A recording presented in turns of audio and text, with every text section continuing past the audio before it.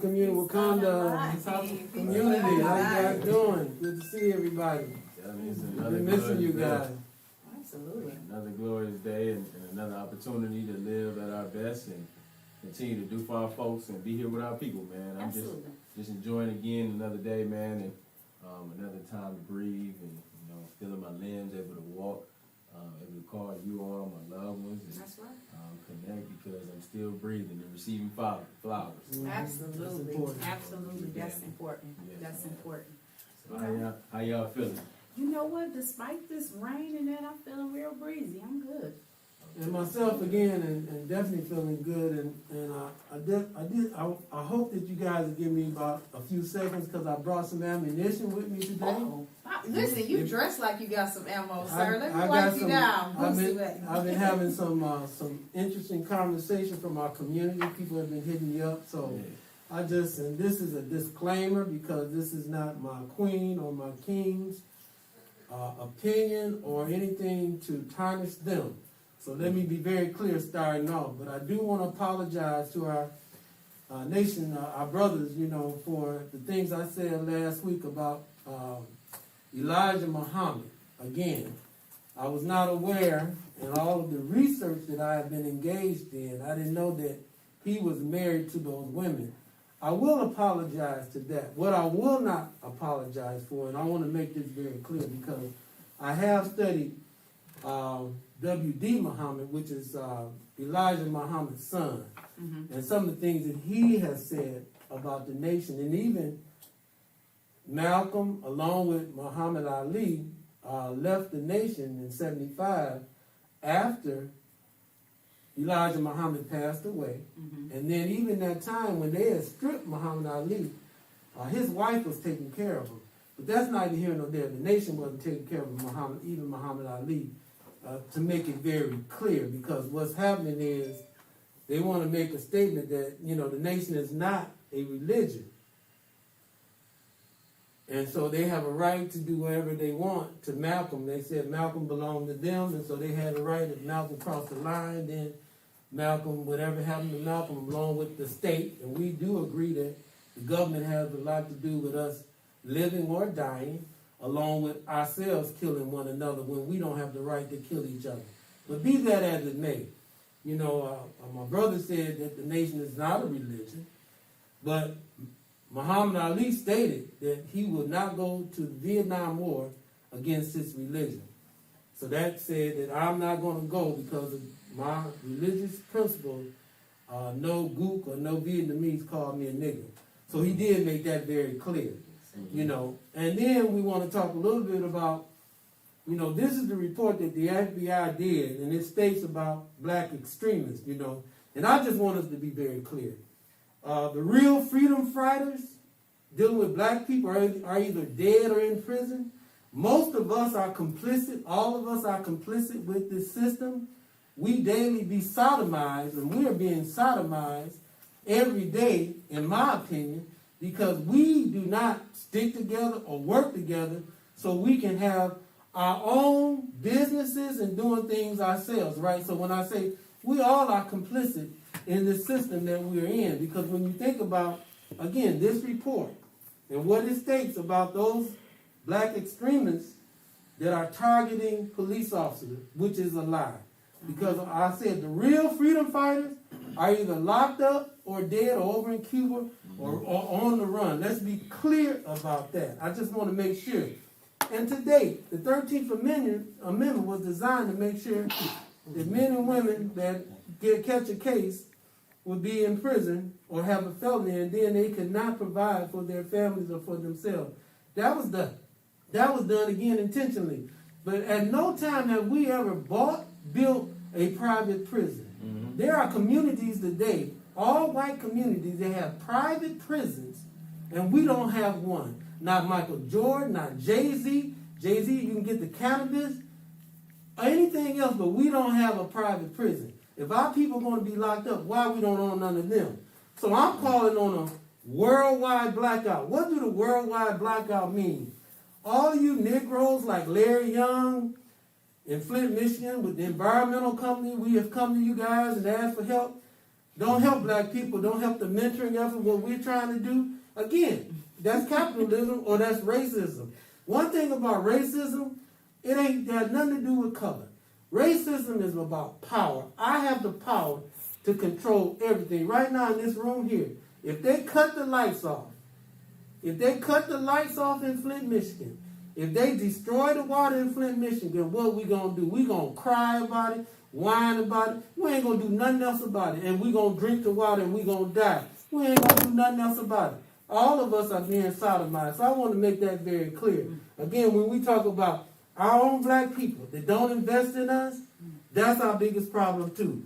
The dealing with the Haitian situation. That act of Floyd, the way George Floyd was killed, that was an act of being sodomized again. And that kind of behavior is the whole essence of the police force. I don't think y'all really realize, downtown right now at the circuit court, there's not one black judge down there. And Judge Heyman is a lawyer now. And they pushed him out. And we are 80% black community and not one black superior court judge is unacceptable. And again, we are being sodomized, fucked in our butt. That's what's happening to us as black people. I don't care the nation. I don't care who you are. We all are in this. The city council, nearly all of us are complicit in our own demise. And we need to do something about it. That's back to that world blackout. What I mean is black people in prison need to stop working. Stop supplying those Fortune 500 companies with those products. Stop playing football. Stop playing basketball. Stop playing college ball. Again, they treating the Haitians. They treating us in America, black people, like we allowing them to treat us. And again, it's because we are not willing to die. We are continue to be complicit. And that's something that we're going to have to either stand up or not say anything anymore. Just like the Congo. The Congo has a mineral in the Congo called coltan, trillium. It is in every electronic device on the planet. The Congolese have no rights to that mineral. What I'm saying is a nation, a worldwide blackout, meaning the Congolese stop fighting the Civil War and saying we are not going to export no more of this mineral until y'all treat us fairly. That's another thing that we got to do. The police department right now on the back of their vehicles, they got, and it's amazing, guys, when it came to Black Lives Matter, you never heard about White Lives Matter, Blue Lives Matter, All lives matter. All Lives Matter. Then they got this blue and black flag, the flag turned backwards. Then they got the Punisher skull. Then they got the Don't Tread on Me. All that is bigotry and prejudice along with racism. And that's on the back of these police officers' personal vehicles. And again, when we don't address it like that, we are complicit. Yeah. The NAACP in Flint, Michigan is garbage. Trash. Garbage. Trash. Unacceptable. Trash. And then we want to talk about one another. When we talk about each other, we got to talk about facts, and then we got to hold each other accountable. Absolutely. Even the NAACP National, the Urban League, because they were getting most of their money from white people. White people cut you off. We generate $1.5 trillion. We give away every penny of our money. We created the lottery. We created the policy and then the numbers. Now, right now, if we stop playing lotteries today, guys, and stop drinking liquor, what that would do, man, today, if we just did that. But no, we won't do that. Do y'all know, in 1898, the golf tee, the little wooden thing, the golf tee was invented by Dr. Charles Grant, a black man, invented the golf tee. Why am I bringing that up? Because we are a great and an amazing people. And so for you guys that want to holler at me and want to run downtown last week to the Gus Mackey basketball garbage, we want to play basketball and our kids can't read. I deal with kids every day that can't read. I'm over at Southwestern High School. 9th, 10th, 11th, and 12th graders cannot read. And then you want to bring in a helicopter and you want to talk about a basketball and thinking that's what's happening? That was atrocious what took place last week in downtown. So again, I want to thank my my co-host for allowing me to vent. So if you guys want to say anything else to me, bring it to me and not to them. And again, I'm not hiding nowhere. I am here in Flint, Michigan. Thank you. I just want to say, man, listen. Oh, before I go, this is what they did to my truck. See that? That's what they did to my truck. That's what white people did to my truck out of my ex-wife's house out in Grand Blanc. That's what they did to my truck, okay? So again, when I say the real freedom fighters, they either dead or in prison or hiding out in Russia. Man, with me. You know, so you know, and to be honest, you know, periodically we will have those type of segments where we just got to air out some things off our chest, and whatever the case may be, man, you know, whatever we feeling, because not only are we not scared to talk about our issues or our problems, or be, you know, any confrontation. You know, we welcome all those type of things because we stand on everything that we say. Right? If we don't stand for something, then we'll fall for anything. And so a lot of our comments and everything that we stand for is based off the research that we have done, things collectively we have experienced, and, you know, just life in general. So, you know, man, I commend you for always, you know, being a stand-up brother and, you know, always keeping it real. So, you know what I mean? And anytime we talk on this broadcast, if I say something, you know, it's in reference to what I'm saying and what I believe, you know. And same thing goes for the queen. And so, you know, if you want to pull one of us to the side or have a conversation or even call in or get on the chat, man, we can do all that. So I believe that another thing, I just want to put this out there too, that, you know, sometimes that whole down in a person or talking bad about a person is getting misconstrued with calling it out. You know, it's a difference. And I think that's a problem with a lot of people. We don't hold people accountable for their shit, right? And then it's being misconstrued as being down talking them or something like that. And that's not the case. That's just calling it out and saying, listen, you were wrong. You know, and sometimes you need a platform like this to call people out because they won't talk to you otherwise. This is the only way that you can get their attention. Even if you pull them to the side, sometimes you can pull them to the side because you don't want to front them up, right? You pull them to the side and say, hey, look, that was some, you did, right? Right. And just because you do that, it doesn't mean that they are going to, you know, accept it or be receptive to it. And sometimes you just need a different platform, or you have to call it out so other people can know about it too, and maybe call them out on it as well. But we have to stop being afraid of each other. Right. That's the big thing right there. We have to stop being afraid of each other and being able to say to each other, hey, Luan, that wasn't right. I ain't like it. What's up? Get somebody, you know, it's not like you owe anybody an explanation or anything, but sometimes they just want to find out why you did the foolishness. And y'all got to admit, some of y'all doing some real... Unacceptable. Thank you. Because I was going to say something else. Y'all get over here about my language. I'm telling you, y'all don't like it. But listen, y'all be doing some real crazy shit. And I'm just saying. And sometimes those things need to be addressed. And y'all just gotta just keep it a band with us. Keep it 100 and tell us what the deal is. Like, what's the problem? Like the Westwood Heights Board, all 7 of y'all suckers. Why y'all let him back in? I'm so confused. I just want to know.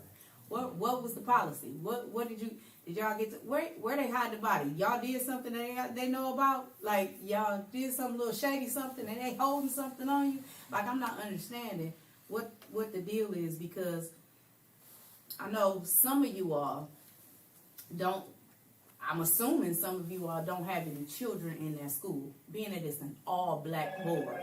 I'm assuming that some of you don't have any children.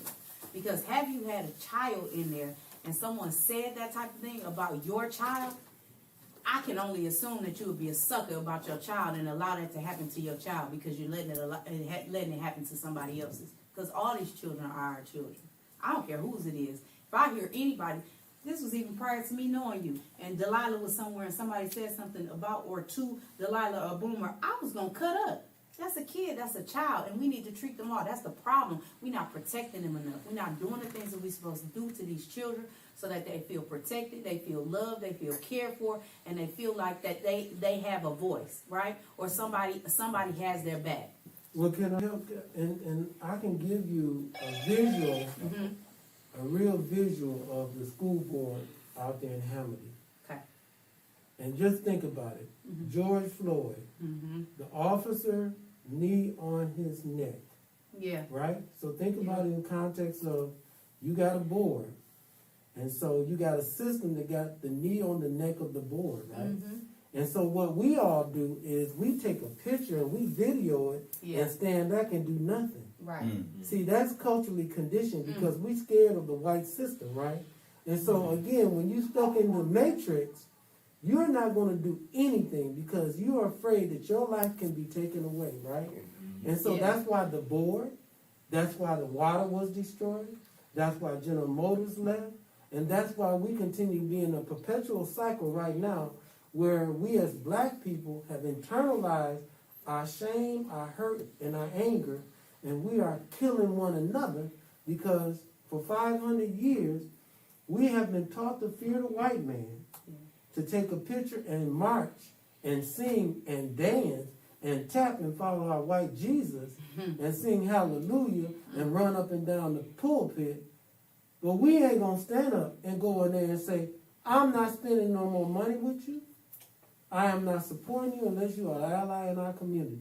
So again, I just want y'all to see that the board, again, when you visualize George Floyd and then his neck and his life being taken out of him, and we standing around watching, and we are appalled, just like what's happening with the Haitians. We stand around watching, but we going to watch football this weekend. We going to continue to drink and smoke our weed. Yeah. We don't care nothing about them Haitians being treated worse than animals. Again, we in America and we comfortable in our house and we drive our Benzes and our Cadillacs, right? So we good, you black people. You house cowards. Cowards. All y'all need to be suckers. put to death. Suckers. Let me ask you this, because I know black people have went through so much, right? And, Too much. some of this has been engineered to the fact that we're not able to stand up for ourselves. We're not able to obtain the assets in our own neighborhoods, right? A lot of this has been engineered, and we perpetuate it, right? My thing is, what is it going to take for black people in America to really lose this westernized mindset that we have been captivated on? Relearn who we are, right? And then start doing the things that we need to do. Start protecting our children. Start having ownerships in our neighborhood, not even our houses, but then also the stores and gas stations. Right. Stop letting folks come into your community beating on you, taking all your assets, and doing you all type of ways. Right. What and how do we cause that to take place right now? Big That's question. a big question. It's a great question. Like I don't know what is. I don't know. For me, personally, it was my children being born. Like I really didn't think about it in context with my own life, right? I didn't. I'm be totally transparent. I was reckless with my own and how I was, how you do things. Y'all partying, you going places you don't have no business, all that type of stuff. But for me, it was my children being born, right? And it was like a switch flipped. And so my thinking changed because now I'm protecting and want to make sure that none of these things that happen to me happen to my children, right? And so that's where it switched for me. Like for instance, with the Westwood Heights thing, I took my daughter out of the school. I'm not dealing with that. That's right. That you're not gonna hold this man accountable for that because that could have been my daughter that he was talking about. That's right. I would have lost it. There would have been. I'm be totally honest with you. Like I've always had a really short temper, really short fuse. I'm yet working. But it's gotten better, right? But for that, there is no fuse. When it comes to my children, I don't have one. It's up automatically, right? And for something like that, and it's not like they didn't have like the information, like it wasn't seen. It's in black and white. I would have been livid. I was already livid, and it wasn't my kid. But had it been my kid, like I don't understand why the parent didn't tear that bitch up. For real. Like what? Is it a thing? Like I don't understand. Is it a thing that Is it a problem that, you know, we're just not angry enough? You know, because things happen. Just like when the George Floyd incident took place. Everybody was on the uproar.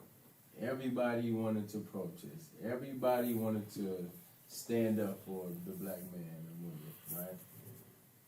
But it's the consistency that we lack. I think when you even said that, I think it's misguided because the only real weapon that black people or any people that are marginalized really have is their dollar. And if we would stop supporting a system that is diametrically opposed to our existence, that is the answer to your question. What will it take for us or a group of people to say enough is enough? Because when your dollar become your God, when your way of living, you know, Muhammad Ali said it like this. He said, your service is the equity or the money that you pay to rent a room here while you alive. We done got away from service because now service come with a price. Yeah. So to really answer your question, what will it take for us? Because we used to do it when we was picking cotton and being totally dismembered on a daily basis. We had a clear understanding who our enemy was. And even with 450 different insurrections, every one of those was foiled by a person that looked like me and you telling their master, those Negroes are getting ready to run or getting ready to do something. So we have been psychologically brainwashed to believe in white Jesus and the white man is our God. So how are we going to be unbounded to the white man? These lights, right, the lights that's on, our jobs that we have, the roads that we drive on, the streets, the houses that we live in, all the services that come to us come by our master. Mm-hmm. So your master provides all this from you. You going to go up against your master? Now I'm just posing it back at you. No, I think no. So the reason why I say this is because, you know, sometimes, and I said this before, like, you know, I equate us to the children of Israel, right? We just like in the wilderness. Like it's something like, you know, your stove is hot, but you want to touch it anyway, or you know that, you know, hey, my brother's being, you know, got his knee on, the police got his knee on my brother's neck. I know I should intervene. Something in me that says I should intervene, right? It's just not a lot of us. It's just not enough of us that's really kicking in. It's really like we said, we're ready to die for this, right? It wasn't until when you're ready to die for something when they take you serious, and we don't have enough of us really exemplifying that. And so that be the problem. What is it going to take? I mean, one element of dying and reliving, and even in the process, like you say, the children of Israel. Because again, being in the wilderness for 40 years, but one thing that you can look at as far as micro and Flint, how would we allow to just have one or two black people to own a cannabis dispensary and everybody else white or another nationality? When you think about ownership, so when you own yourself and know who you are, this is what I'm trying to relate to you guys. If you have a sense of purpose, a sense of pride and integrity, you're going to own your own. But Brother Robert, so where does that come from? Because I'm just thinking about what you said and said, when were we gonna get angry enough? Why weren't we angry enough while we're getting poisoned with this water? Why aren't we angry enough? Because that's affecting everybody. Like, why is that? Why are you not angry enough now? Because I don't understand that. I don't understand why you're not angry enough right the hell now. Right. Everybody. And it's been going on for how long? Why aren't you angry enough now? Why are we continuing to go through this? Why are we still talking about the pipes are not being replaced? Why are we still talking about we can't drink the water and we're low on resources for this and we're low on resources for that? Why are we not angry enough now? Because we should have been angry enough right then. And we should still be in an uproar right now. And if everybody would have been that angry right then and said, you know what, okay, now I can't use this water, and you still gonna tell me I can't use this water, you still not gonna do nothing about it, then all of us collectively, and that's another thing I don't understand, why everybody didn't stop paying their water bill?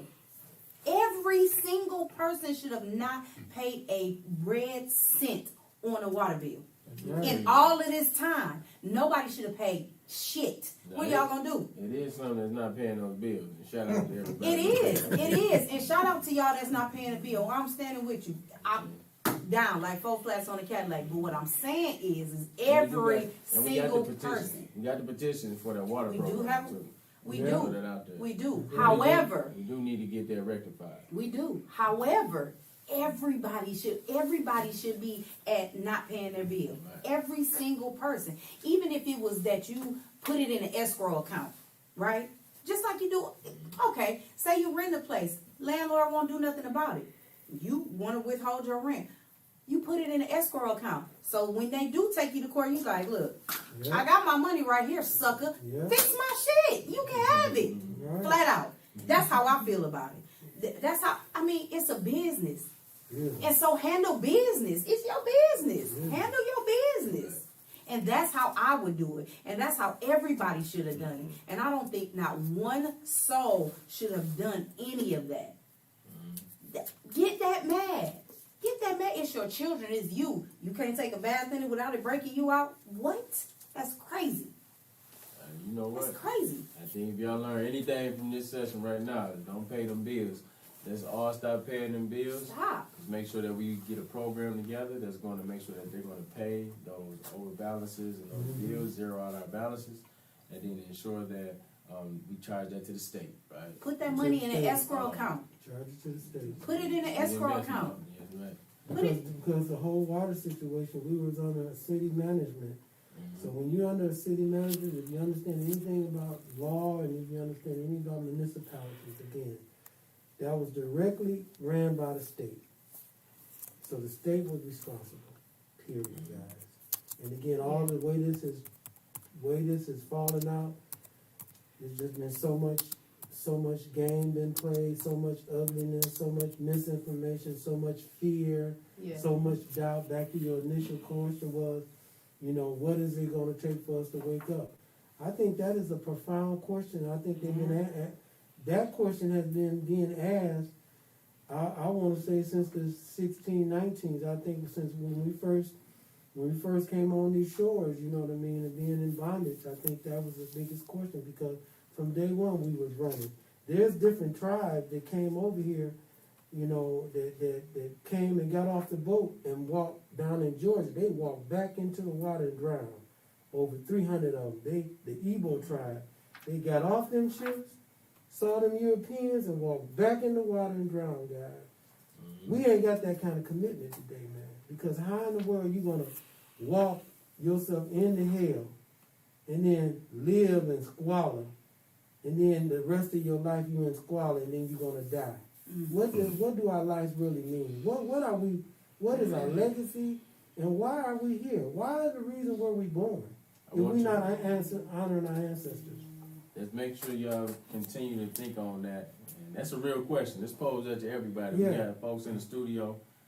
Please wonder and find out what your true purpose is. And we're going to go ahead and ask that again once we go ahead and get back on. But at this time, we do have a wonderful segment, actually, that features you. That's right. And we're going to have a history impact, but then after that, we're going to have our special guest who's in the studio with us, Brother Reggie Davidson. Yeah. So we're excited to talk to him and have some context, and we're going to get some information from him and see what great work they got coming out of there. So you're tuning in to History Impact with Brother Hubert Roberts. Again, greeting you again. Hubert Naeem Roberts, a board member of Black Lives Matter Flint. And again, this is another installment of our History Impact. And this is part 2 that we were speaking of earlier about, there has been no laws, no policies or procedures of this country that was created to protect black people. And I was really covering the part about, I mentioned about Elijah Muhammad and Marcus Garvey or segregation and a lot of different areas where, despite of the hatred and evilness of this country, we have did some things that are amazing and incredible. But I really wanted to bring home the fact that we need to really focus on boycotting. And what does boycotting look like? Because our only power is with our dollars. The only power that we have is with our dollars. When you look at our community as opposed to other people's communities, we have no real businesses. And you think about how do you sustain a community? And we cry about the crime. We cry about our children. We cry about housing. And you can imagine the kind of money that these rappers and a lot of people waste at the strip club, at the bars, and all of us waste playing the lottery when we at one time owned the policy, or the number business was ran by black people. And at one time we had all that, when you want to call untaxed income, building communities and building neighborhoods and reinvesting, because you have to reinvest. You continue to have to reinvest in a house. You have to reinvest in your vehicle. You have to reinvest in your life. You have to reinvest in things that you value. And if we don't reinvest in ourselves as a community, how dare we come around here and we want to buy new cars, or we want to engage in all this conversation trying to be intellectual, when we continue to die at the hands of law enforcement? And across the board, when you think about owning homes, owning business, owning properties, or even living as a human being, we are eliminated before we get started. So this is a call out for us to recognize our real power. The real power is in us collectively. If you remember, and some of you may not, but if you remember Malcolm X and Muhammad Ali, and Elijah Muhammad set Malcolm down because Malcolm spoke out against John F. Kennedy. The rooster came home to roost. And again, some of that has been taken out of context, because in actuality that was true. And then what Malcolm X had revealed, and first he wouldn't, but he revealed about Elijah Muhammad having children by underage women, 8 of them to a matter of fact. And then that led, you think about, that truth, because Elijah Muhammad was saying that he was the truth and he was the God for black people, right? And to look up to him and his organization as being truth and being dignified and being obedient in order. And then this old man is boning young girls. But the real reason is that Elijah Muhammad, the head of the movement, is the father of 8 children by 6 different teenage girls. 6 different teenage girls who were his private personal secretary. And they covering it up. And then that's what we do in our community. We cover up our mess, and now it's time to call each other out, myself included. There are some things I need to clean up, been cleaning up. But if we're really serious about changing our condition in our community, I'm putting a call out to these NFL players next Sunday not to play. You guys got to stop playing, because we are being played. NBA players, we are being played. Anybody, college sports, we are being played, guys. And this is what I'm saying. If we do not do something drastically, because our community is dying. Our children are dying daily, and we sitting around partying every weekend. We right now, most of the black men in this country can't wait for Monday Night Football. That is a shame, in my opinion, because it's unacceptable for us to be sitting around laughing and joking when we own nothing in our community. Right over here on the corner, every liquor store, every gas station in Flint, Michigan is owned by somebody else, and they treat us any kind of way. And we laugh and play, get drunk, get high, and we love being mistreated. Again, we've been culturally conditioned to hate ourselves. We've been culturally conditioned to despise ourselves. I'm from Chicago. When I was growing up, we never referred to each other as nigger, bitch, or hoe. Never referred to each other and we were poor. But we was rich in spirit. We was rich in community. I come from the project, Robert Taylor Homes in Chicago. And I couldn't understand it then why my mother we had to sweep up the dirt and keep the projects clean. But I realized what she was instilling that sense of dignity and that sense of purpose. You know, the real question, man, when you look at the insurrection and what those people, January 6th, and how they're being treated, and how they're just able to get away with lying, and we sitting back doing nothing. And right now, Your company don't even have to pay you unemployment. A lot of you guys are laid off, and you don't have, and the company don't have to even give you unemployment. And many of us work for white people or white companies and are afraid to stand up. Certain shirts you can't wear. Do you know you can? Black Lives Matter in certain parts of this country. You better not have that on, but you can have Back the Police, and you can have Trump 2024, and you can have all these other things, but you better not have anything that's referencing black power or black dignity. And again, that's us, and that's why we're being mistreated, and that's why we should be mistreated, because we're not willing to die for what's right. And again, it's unacceptable. And then when you think about it, why did white people create niggas? James Baldwin talked about that, because we acting like niggas. And that's why we are not respected. That's why down at the county jail, I went to the county jail today. Going to be doing something with the inmates in there. But the officers, the black and white officers down there, the administration people, treat those inmates like garbage. And many of them are white supremacists. I'm saying it. Many of those people, along with whatever the county sheriff name is, Snowden or Swanson, they are undercover white supremacists, because again, that white genetic gene comes out.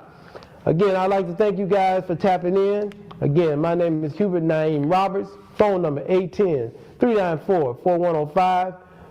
Email, hit me up, mentorroberts@gmail.com. Wakanda. Again, wear your mask, please, and get vaccinated. We out.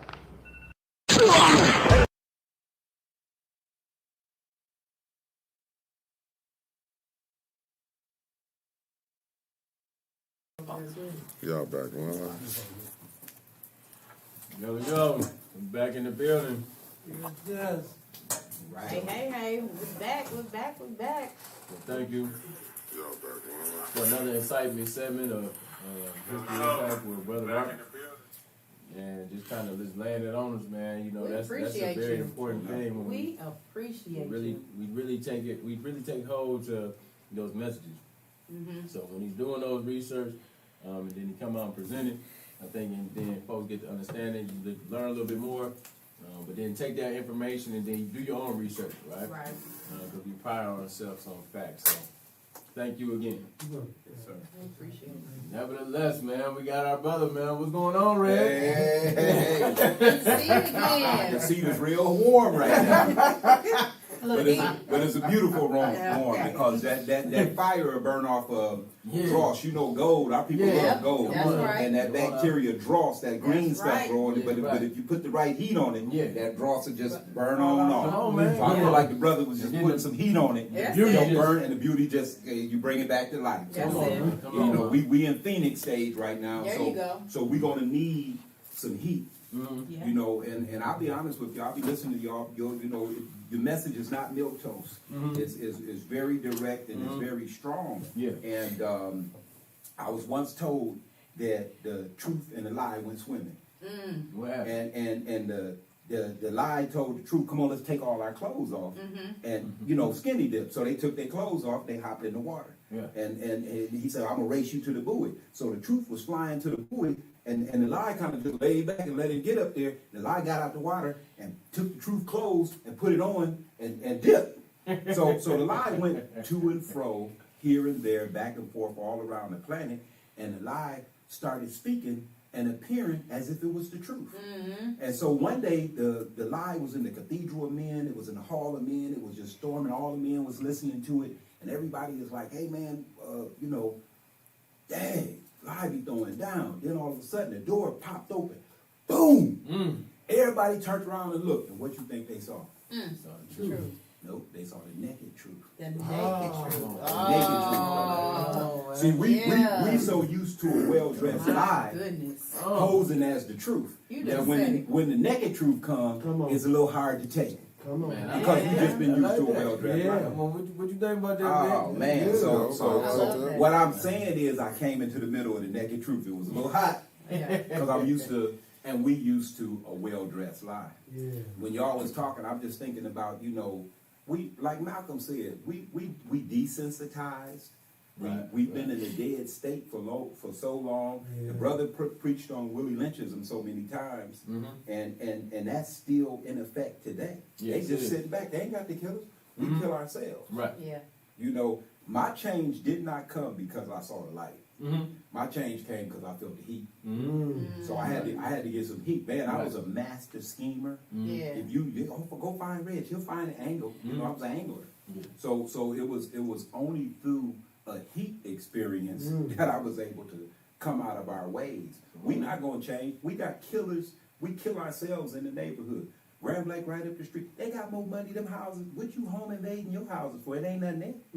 But you scared to death to go up the street because we trained to kill ourselves. Yeah. So now watch this. In order to be the peacemaker, you got to kill and get rid of the peace breaker. And we have to actually start with ourselves. Some of us has been an enemy to the race. It's a hard pill. But I had to start with myself. I had to kill one side of myself so another side can come on out. But that's the difference between honesty and transparency, right? Because you can be honest and omit some things, right? Yeah. But when you transparent, you gotta tell it all. Yeah. Yeah. Yeah. So Yeah. I do. And it's that part. It's that part that's Yeah. hardest to do Yeah.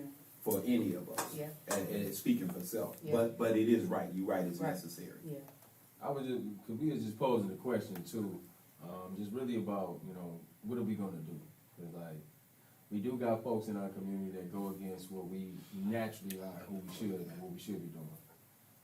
But it's like a thing, like, when are we gonna step up and when are we gonna do it? Like, you know what I'm saying? You can complain about an issue, you can complain about folks doing you wrong, you can complain about a water crisis, you can complain about the public education system being broken. You can complain all day long, but it gets to the fact though, we were just talking about this, like, when we gonna stop complaining and really just step forward and do it? Right. What are we going to do? What action we gonna do? We tired of protesting, we tired of marching, we tired of, calling stuff out and nothing being done. What is the next steps as it relates to a solution?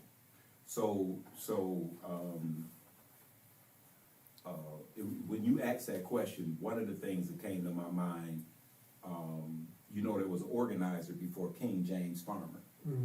And James Farmer, they gave more attention to this white guy named Saul Alinsky than James Farmer. Saul Alinsky, a lot of his writings was really the organizing techniques, in my opinion, of James Farmer's mentors. And he said, when you're doing a mass movement, you always start as broad as possible. Like in the water crisis, what was the broadest thing that everybody rallied under? Bottled water. So you had people coming from all over the country, and it was easy for them to buy, truckloads of bottled water, get their 15 minutes of fame with some pictures. I bought 4 truckloads of water for Flint. Right. It was the widest thing to do because it was a need that people had immediately. Right. So the need starts to narrow, and that's when we start to have problems. Because I want to do this, you want to do that. I want to do. Your conscious level is this. My conscious level is that. So education has to be a part of what we want to do. And instead of telling people what they need to do, sometimes you got to look at the condition they in, and then you got to ask them also. People want to participate in their change. Right. All that $300-400 million that was donated by celebrities and all those people that's sitting inside those foundations. Don't you think people would feel better if the foundation say, okay, it's 29,000 households in Flint, 32,000 houses, but about 29,000 households. Let's take the money and just divide it up by the households and give it to them, whether they jack wreck, whatever they do with it, or at least three-fourths of the money. The people would have felt good about that. Now we know the Cadillac dealer in some cases, and Walmart would have been chomping at the bit like they doing, waiting for these checks to come on the water crisis, because they feel like we not trained financially, we just gonna run and give it to them. And in some sense that's true. But part of what you gotta do is what y'all do. You gotta educate, you gotta confront, you gotta agitate. What was it, Frederick Douglass? I do a lot of agitating. You do a lot of agitating, but it's good trouble. Yeah. Your queen is good trouble, and it's so wonderful to watch a queen. I mean, You like them, what is the Doha, them sisters that was in Wakanda that will oppress you. You know, you ain't, this sister came from that style. But those who profess freedom, but appreciate agitation is like a farmer who want crops without tilling the soil. And you gotta agitate the soil for it to do something. And that ain't me, of course, that's Frederick Douglass. Yeah. So we gotta do all that, Dewan. We gotta do all of the above, but we have to come up with some type of process to turn inward to. We gotta start from the inside out. That's right. Whatever your portion is, see, we gotta stop marginalizing each other's portion too. Your portion might be grassroots. My portion might be trying to make these great folks that came in here to extract some money out by the law process to be more equitable with it, to be wider with it.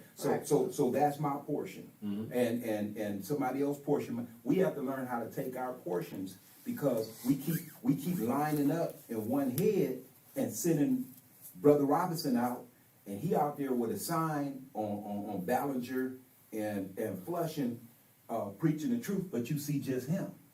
Well, Now, we need to be gumbo. that's right. We need to show up for each other's movement. Yeah. One guy was asking me, man, you working with the water crisis people, how you feel about the activists taking jabs and people saying this and this and that? I said, well, I'm not a gatekeeper. I'm not going to say one word against somebody else's portion. That's their portion, because you got to hold glasses next to each other, and if one glass is cleaner than the other, people are going to choose what they want to drink. That's right. So to me, choice is very important, and information, and as well as correct information, because a lot of us dealing with truth or falsehood is strangely mixed in our daily walk. Yeah. If we tell the truth about it. Yeah. Yeah. So I think one of the most profound things you said was, taking it and looking inward. I think it starts with self. It always starts with you individually. It starts with you looking in the mirror and at least you acknowledging what are you doing and what you contributing towards, this overall mission or this goal, that we all look to completing. I know me and Mother talk about that a lot. I can't love you until I love myself. Right? A lot of times we are here moving, we don't even love ourselves. That's why we put ourselves in these unfathomable situations and even showcasing this horrible behavior, because you ain't even happy with yourself.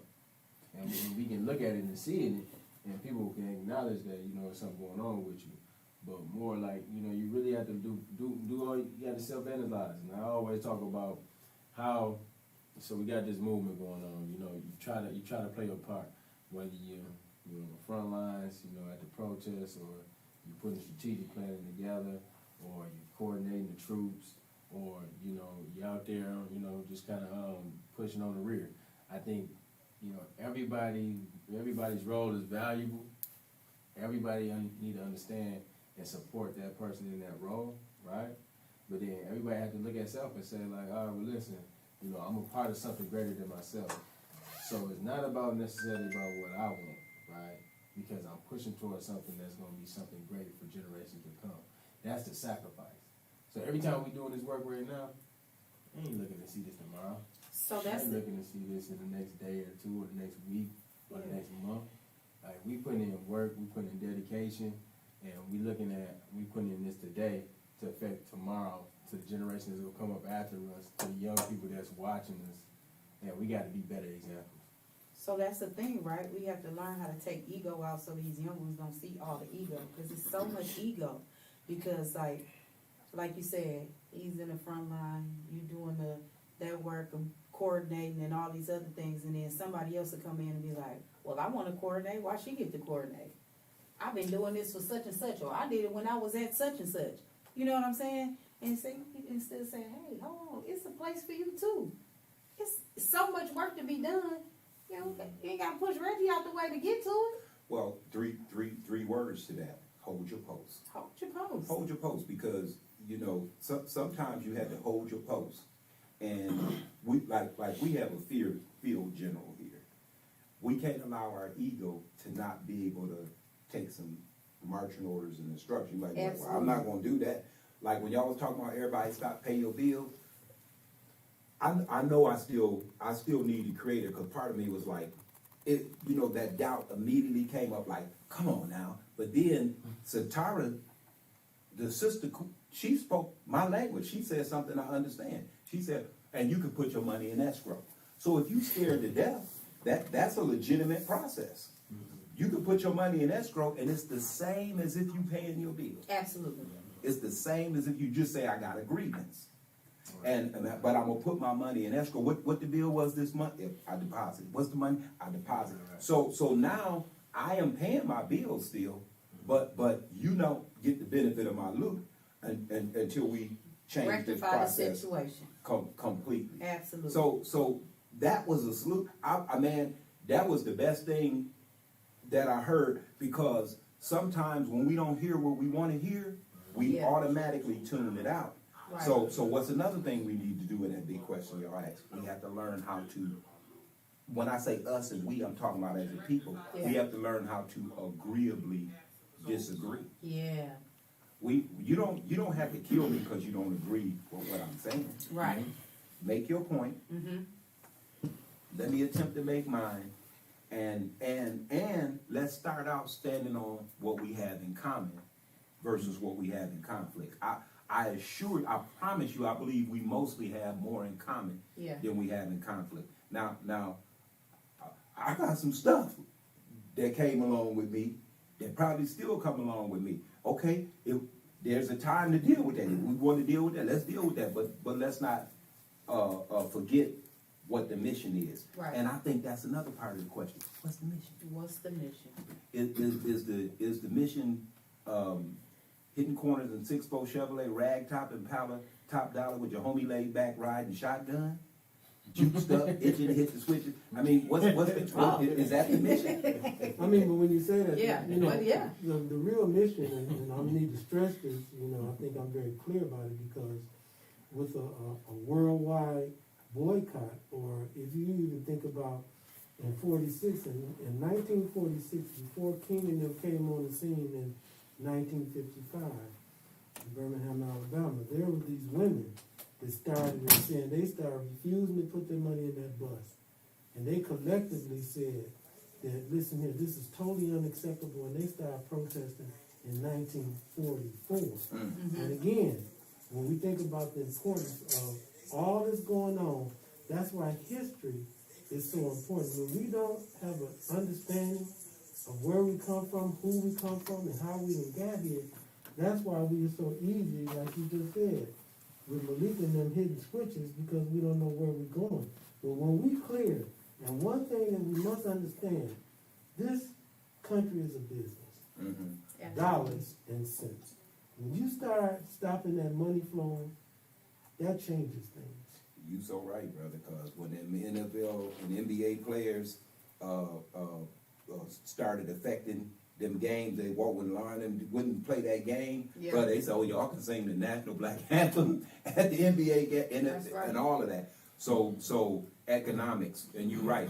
If there's politics, if there's those type of things, our foundation has to be socioeconomics. Mm-hmm. You Jama, it's a principle that's ancient. Mm-hmm. Right. It's African. It's It's ancient. first, it came first. Yeah. And because this, you know, just like you got the prison industrial complex, you got the non-profit industrial complex. Trust me. They'll give Sister Satara a grant for an ideal she have, and her ideal will show up on the other side of the country Mm-hmm. 6 months from there, funded on steroids. And she's like, dang, somebody beat me to get here. No, they didn't. They took your ideal That's right. and ported it on the other side of the country and blew it up. Mm-hmm. So you know, but we have to still keep pushing forward. What are we going to do? What's the number one thing what are one of the main? They always start with the basics. What are one of the main things everybody have to have? No matter how young or how old, every night you got to have a place to do what? Go and do what? Sleep. You got to have a roof over your head. So there's a finite amount of real estate on the planet.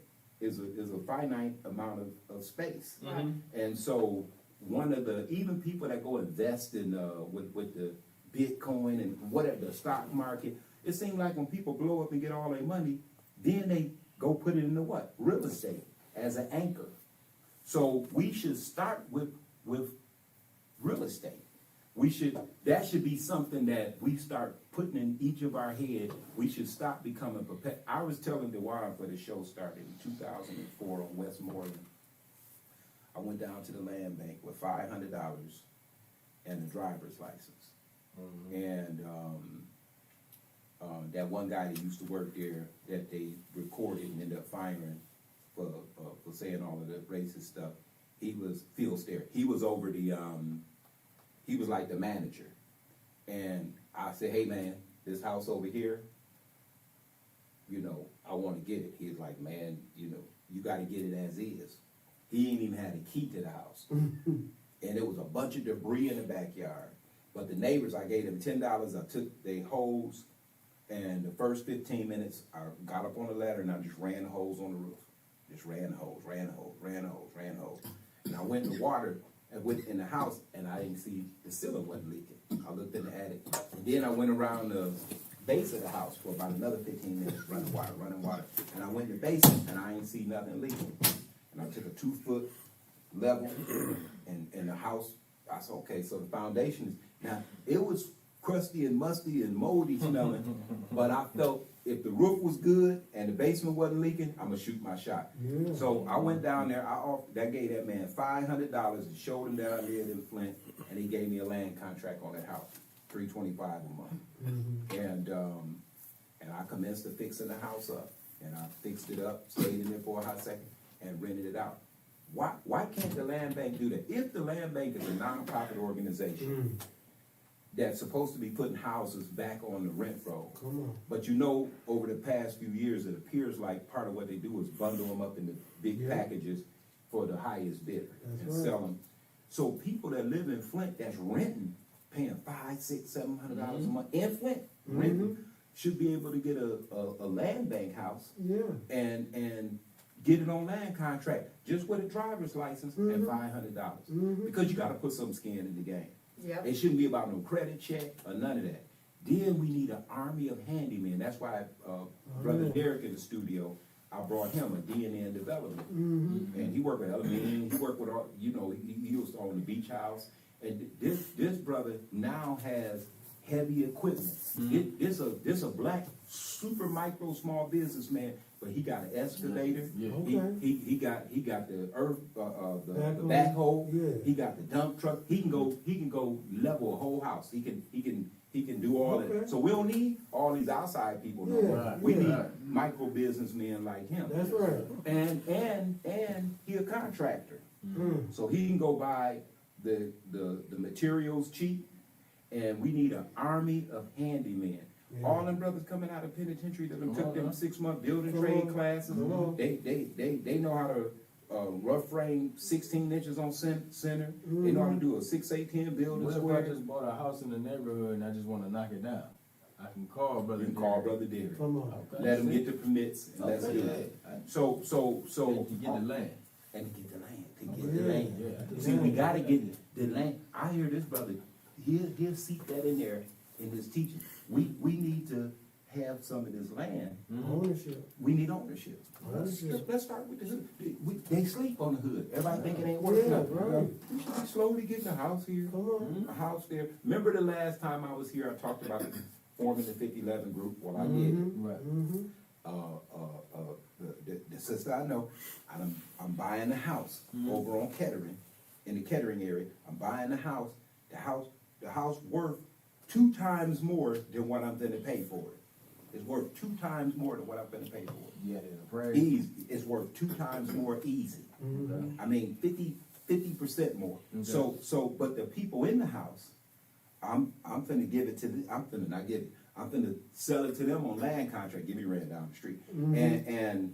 But they finna go from being renters to homeowners. Now, I'm gonna make a barble bangle off of it, but they gonna end up with the house. I gotta make a barble bangle beat. See, because the brother just said it's business. But business shouldn't be predatory. There you go. There you go. It shouldn't be unjust. It should be balanced. Equitable. What was you gonna say? Well, I was getting ready to say that we should also look at it a little bit different way, because I'll tell you what I've done. Okay, So I have 4 children, 2 girls, 2 boys, right? okay. And so, you know, I haven't always been in a position to, you know, save a lot of money or do a lot of things, right? But when I was able to, I started putting money away, right? So I started putting money away because I had this in my mind. I just was meditating, affirmations. I say, I'm going to buy each one of my children a house, right? Wow. Seriously. Because, you know, it's that whole thing. Can't wait till 18 so you get up out my house, right? So, you know, we put them out and we don't give them the things that they need, you know, in order for them to be successful, you know, because we just had to figure it out. And I just didn't want my children to be in a position to where they just had to figure it out, right? Mm-hmm. So I did. Oh, wow. I bought a house. Okay. I bought one house. And so when I bought that house, and my oldest daughter and my oldest son, they went off to college, they got scholarships. I know I talked about that before when they came home. Now they had a house. So I had that house, and then I bought another house. I just bought another house, right? Okay, Queen. So I just bought another house, and so the house that I had bought, the first house that I bought is now my children's home. So all 4 of them can live in this house, right? So they have this house, and so they take care of the bills, they take care of this. I pay property taxes, of course, until they're able to do that. But they take care of everything in this house. I have everything else, but I take care of this house. So now I have this other house. So now I'm in the works getting ready to buy another house, right? So that'll be my 3rd house, and then I can split them up. The girls have this house and the boys have that house. But my point of that is that so now they have something. So whether they choose to continue to live in this house is strictly on them, or now they have a property and some land and they can rent it out, or they can do whatever they want to with it. So now they have some equity, and so that gives them a start. So now they didn't have to worry about first month's rent and trying to figure out how to get it, because they already had it. Now you came home, and now this is yours, and now you take care of it. I think that people that are in positions that can do that should do that as well, because we should be thinking about our children, because that's how I'm thinking. So now I'm thinking legacy wealth. So that's what I'm doing. So now I'm on my 3rd house, you know, going into my 4th house, going into a 5th house, because now all of them have a house. Now I have some too, right? That's right. So you know, at least that's on the least of 5 of them. But I think that's how we should be looking at things too. Whether it be we getting them from Land Bank and getting with Brother Derek and fixing it up and say, okay, all right, kid, this your house. Work with Brother Derek to fix your house, Right. because when it's done, that's your house. Now watch this. So remember the nonprofit industrial project. Right. So the nonprofit in industrial complex say, if you start a micro nonprofit organization and you put Brother Derek on the board, and you put me on the board. Now, Brother Derek got 2 houses, I got 2 houses. All of us are board members, and we all got 2 houses.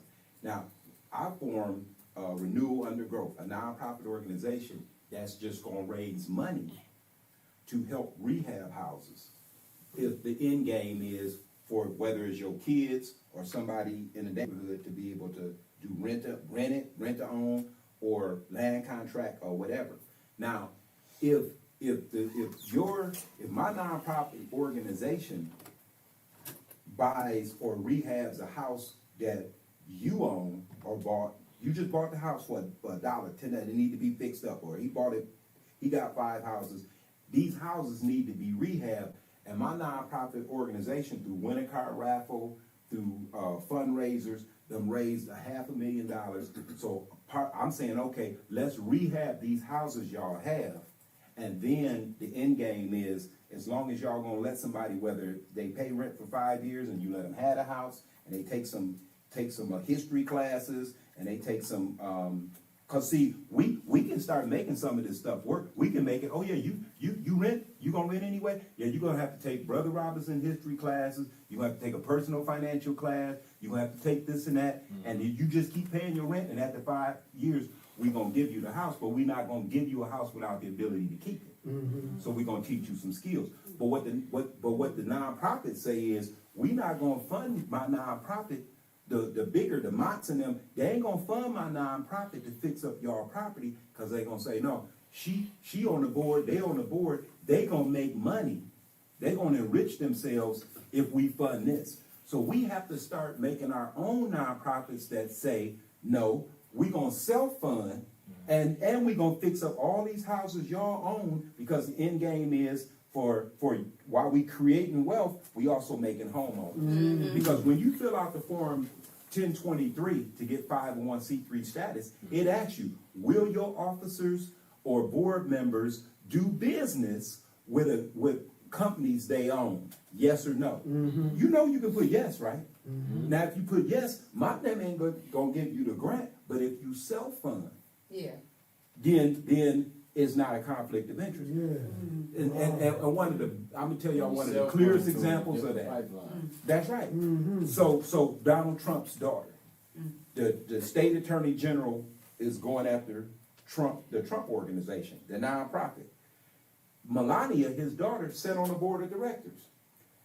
The nonprofit organization paid Melania $780,000 to her consulting firm to consult the nonprofit.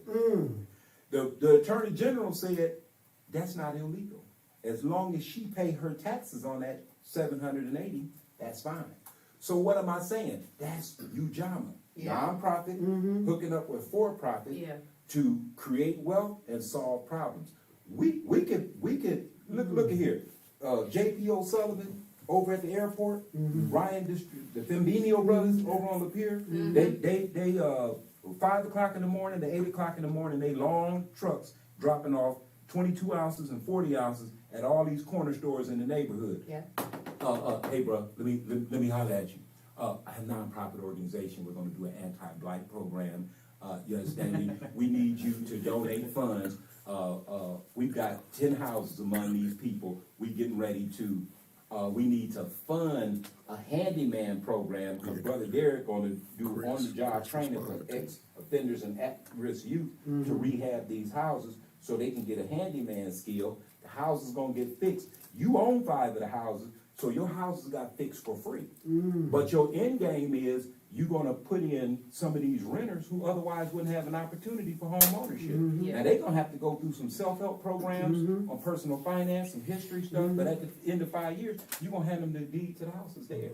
So you're not permitted to come in the neighborhood and draw money out the neighborhood and not put nothing back. So beer and wine, which is low-hanging fruit, y'all going to have to fund this. Now the good news is we're going to stick a stake in the ground that say the Urban Blight Project, and we're going to put y'all name on it, and the money y'all donate, since I'm 501c3, you get to write off on your taxes. Right. So we're not coming to you as no beggars. Right. We're coming to you under the concept of parity and reciprocity. You drew some money out of the community, you got to put some back. Right. And I ain't asking for no, because we self-funded in that way, and our 501c3 is not breached if we fix up 2 houses you own, or we fix up the houses she bought, and we use Derek to do it. So he get to charge us an honest day's wage. That money coming from the nonprofit. We paying $15 an hour for on-the-job training for the people to get handyman skills, and these houses are getting fixed up.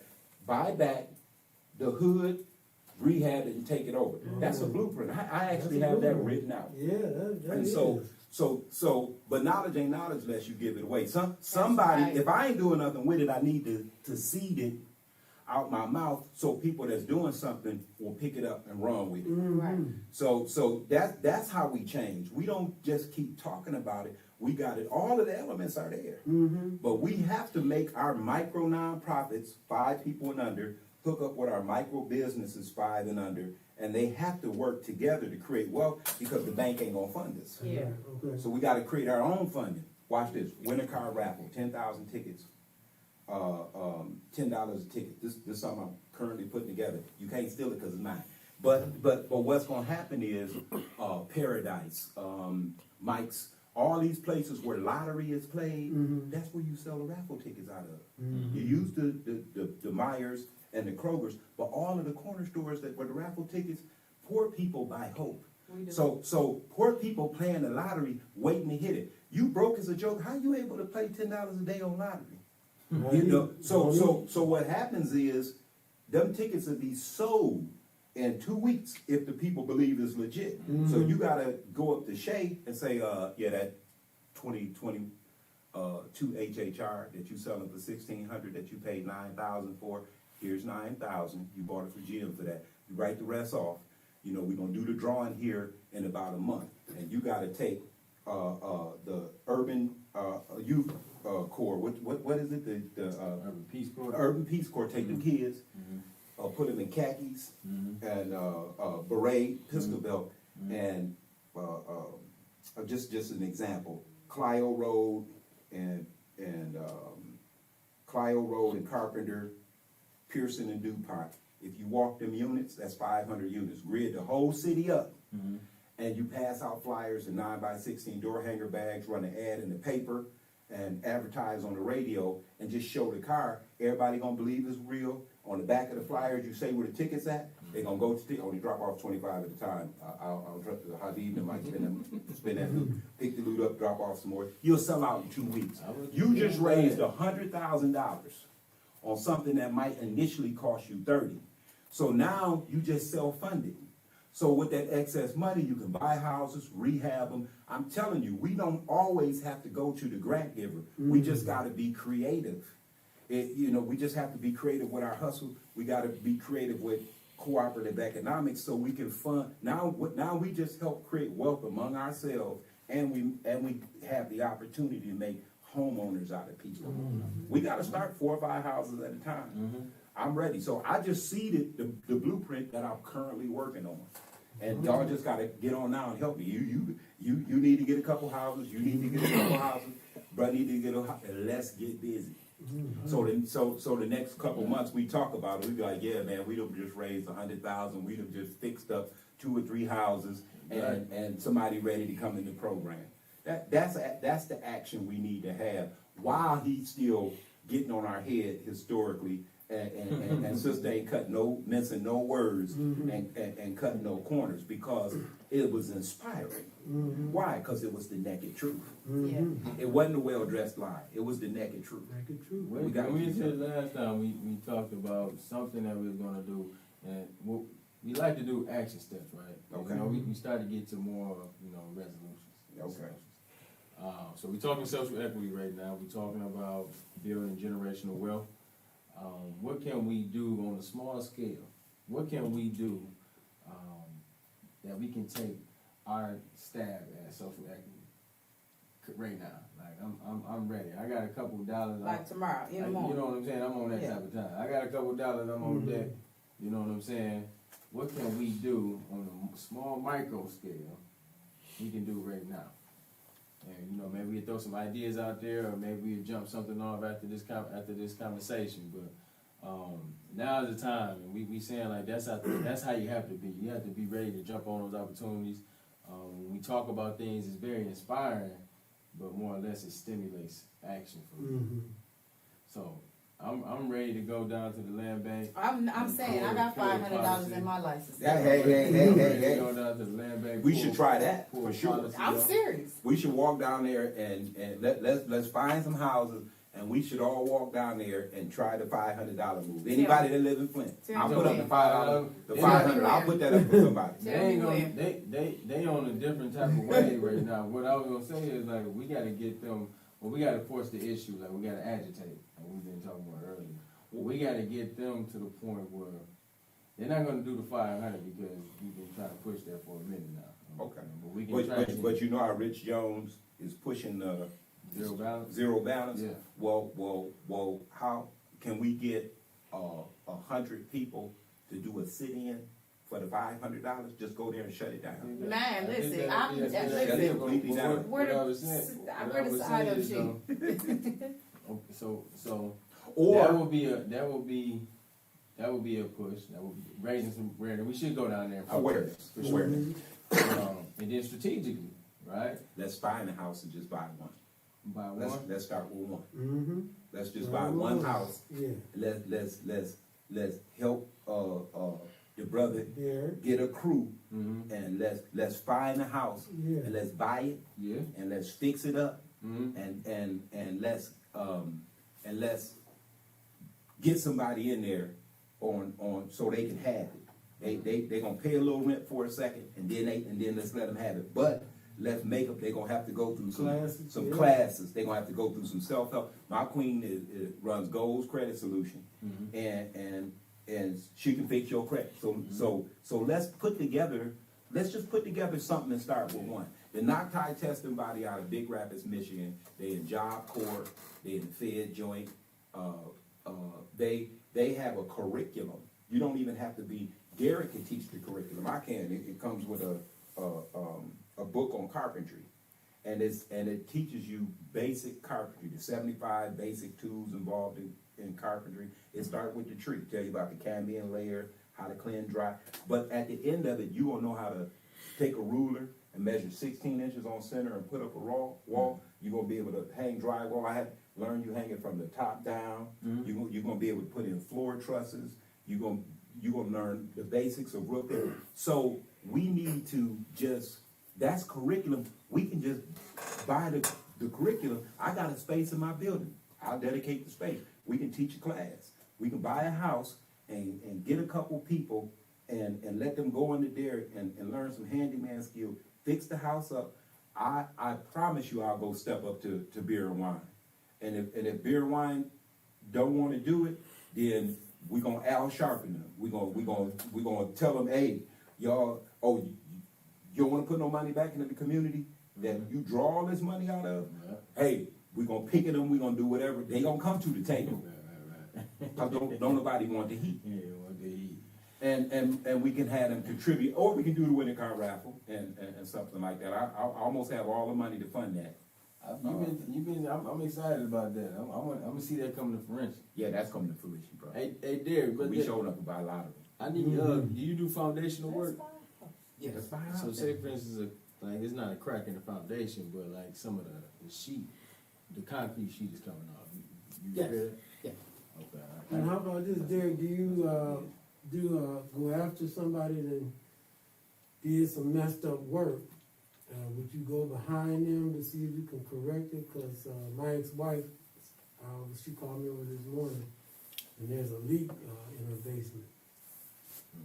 Her house was burnt down, and she had to rebuild it new. But Yes, I will. and I'll Don't put like his to. name out. His name is Rodney. He the one did her. Putting it out there. I'm putting his name out. What's his name? What's his company name? Rodney. I forget his That's company. some foul stuff though, bro. Yeah, he disrespected her. You know. Okay. Back in the day, he's been gone, but changed my life. I'm changed my life. So I want to get your information. Okay. We glad too, cause we want you around. And we'll need you in penitentiary for putting No, I the ain't calls going on to nobody. penitentiary no more. I feel you. No, I said he ain't going. But you know what? I'm glad to see Derek change, turn over a new leaf, because he normally tell me I do not go behind people. Oh, see, I don't do it, but I'm glad that so that's a willingness. And it's hard to go behind people because, yeah, man, because you don't even know the extent of what I they have did. some work on my house that I. It's not behind anyone. So. It's not behind anyone. Okay. But you know what? Just the willingness, you all, and are we making a little light of it? But we have to. You always start with one. Start. But if I understood what you were saying correctly, we say some inspiring stuff. And then the Don't next follow week through. come and it's nothing. Right. So I believe, and I don't know how we go, but I believe with who's here, we can start with just one. I like that. Okay, so what's our small thing that we're gonna do?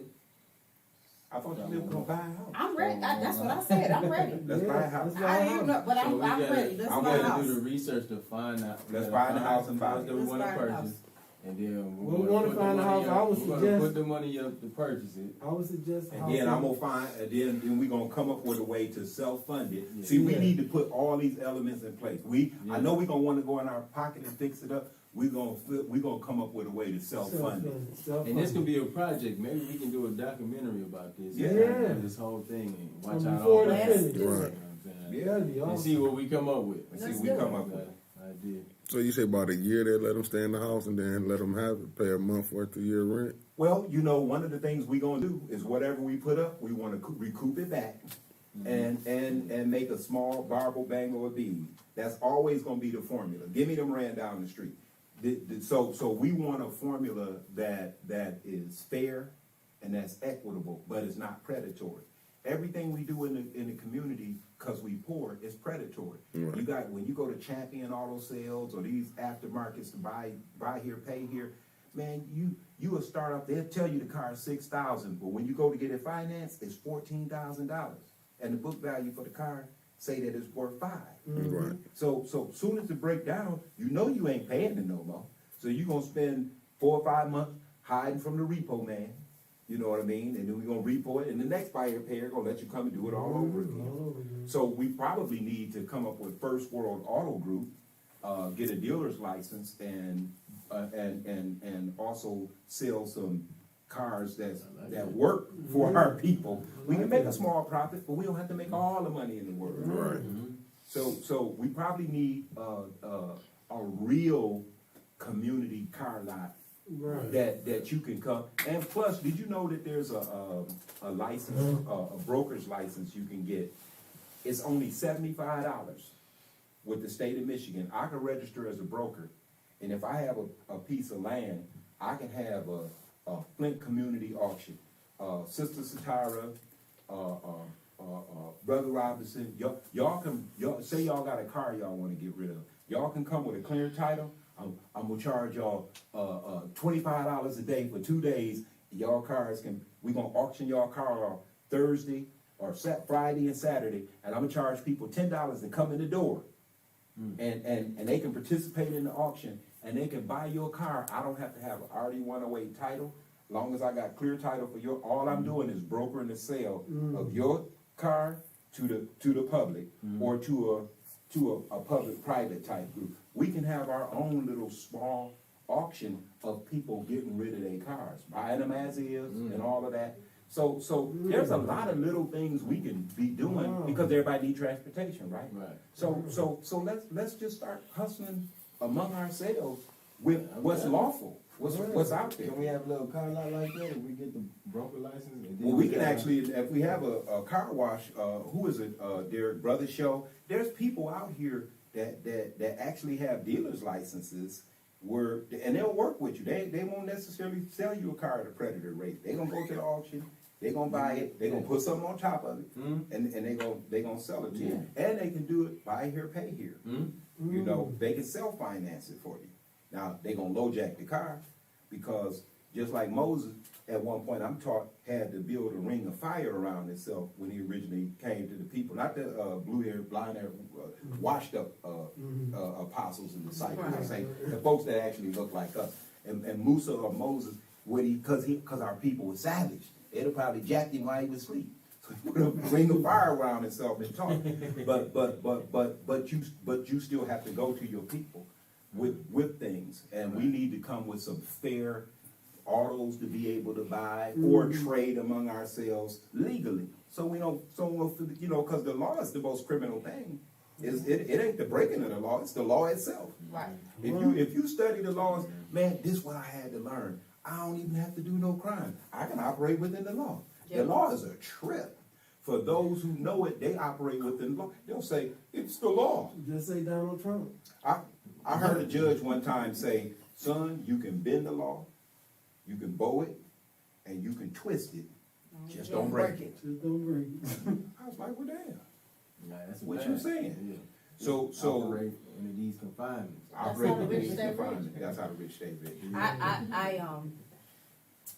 Prior to me being where I am at now, I was a manager at Huntington Bank, and I saw it every day. Oh yeah, I know some tricks. That's Okay. how I got my house. Okay. Yeah, and I was talking about that because I say that to people. People are afraid of credit and afraid of getting their credit high and afraid of using their credit, but that's what white people do. And they use their credit and they use other people's money. For instance, like my house, my first house, and I had my house, and this was what I was telling everybody else, like, buy a house, get the house, and then, you take out a PCL on your house, personal line of credit on your house, and you buy anything you want. Depending on what it appraises for, because the house that I'm in right now, I bought it for a little bit of nothing, but it's appraising at 3 times what I bought it for. And after a year, I can take a PCL out on that 3 times the amount because that's the appraisal. She got And equity if I continue to put work in it, Brother Derek, then it will continue to appraise. continue to appraise, and then I can take out a PCL maybe 3 times as much as what I thought it was, and then I could buy a building, or I could buy a real car lot, or I can put a down payment on to break some ground to get a gas station. You know, those type of things. Corner But store. But people don't think like that. That's my point in buying these other houses, and not like buying a fixer upper, but buying a house that already has some It's ready that to I go. can ready to go, and I can put Because that's this the equity goal. in it. That's the my goal. The goal is to So, buy it already ready to I go. said this to them when I Good. first got into this organization with them. That was the thing that I had said, you know, but that's the things that I'm working on. So not the fixer upper, but the one that's already, Ready you know, to go. where I'm putting it in, and I'm paying a mortgage on it because it's a really nice house. But I'm gonna take that PCL out. But that PCL out, when I take that out, see what people don't know is when you take it out, it sits there, right? Because cash is king, and his point is not to use your own cash, and cash is king, right? So you have that PCL there, but you're not paying no interest or nothing on it if you don't use it. So it's sitting there, and Until it's you just need it. there until you need it. Wow. That's what people don't understand. Come on It's back. there, so you're not putting in, you're not paying any interest, you're not doing anything. It's sitting there, right? It's just sitting there. Now, there, depending on what bank you have this out of, it may be like a monthly maintenance fee. So what? But that money is sitting there. So, say for instance, my house is appraised at $180,000, and they give me that $180,000 as a PCL on the house, right? It's sitting there until I decide that it's something that I want to do. If I say, you know what, I want to invest in Steve, and I want to buy you a truck because you just finished truck driving school. Now I got $180,000, I can go buy you a truck. We'll buy you 2 trucks maybe, depending on the year and what it is. Maybe you want a Peterbilt, and you take my whole $180,000, right? Right? So I have that, and I'm investing in you. However, when you get your first $200,000 check, I pay that PCL right off. But then I can double back, and now I can get $400,000. Right? We must develop avenues to be able to fund what we're trying to do. There's another brother, I ain't bring him in here. He's going through a training now, and it's through a secondary market, but he's going to be able to offer loans. All I need to know is the stipulations. Right. Once I know the stipulations, I'll bring the people to him with all ready to go.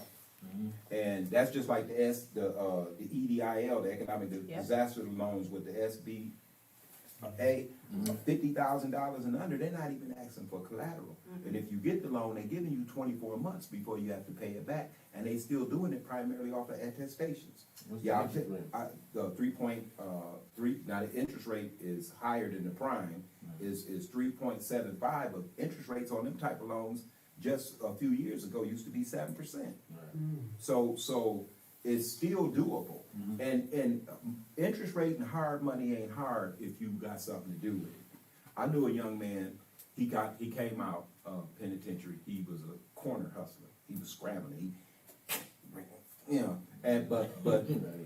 Took the brother up to Jamaica, Queens, New York. Got him a DBA, not even an LLC. We just went down to the second floor of the circuit court building on the civil side, paid $10 and got him a DBA, doing business as.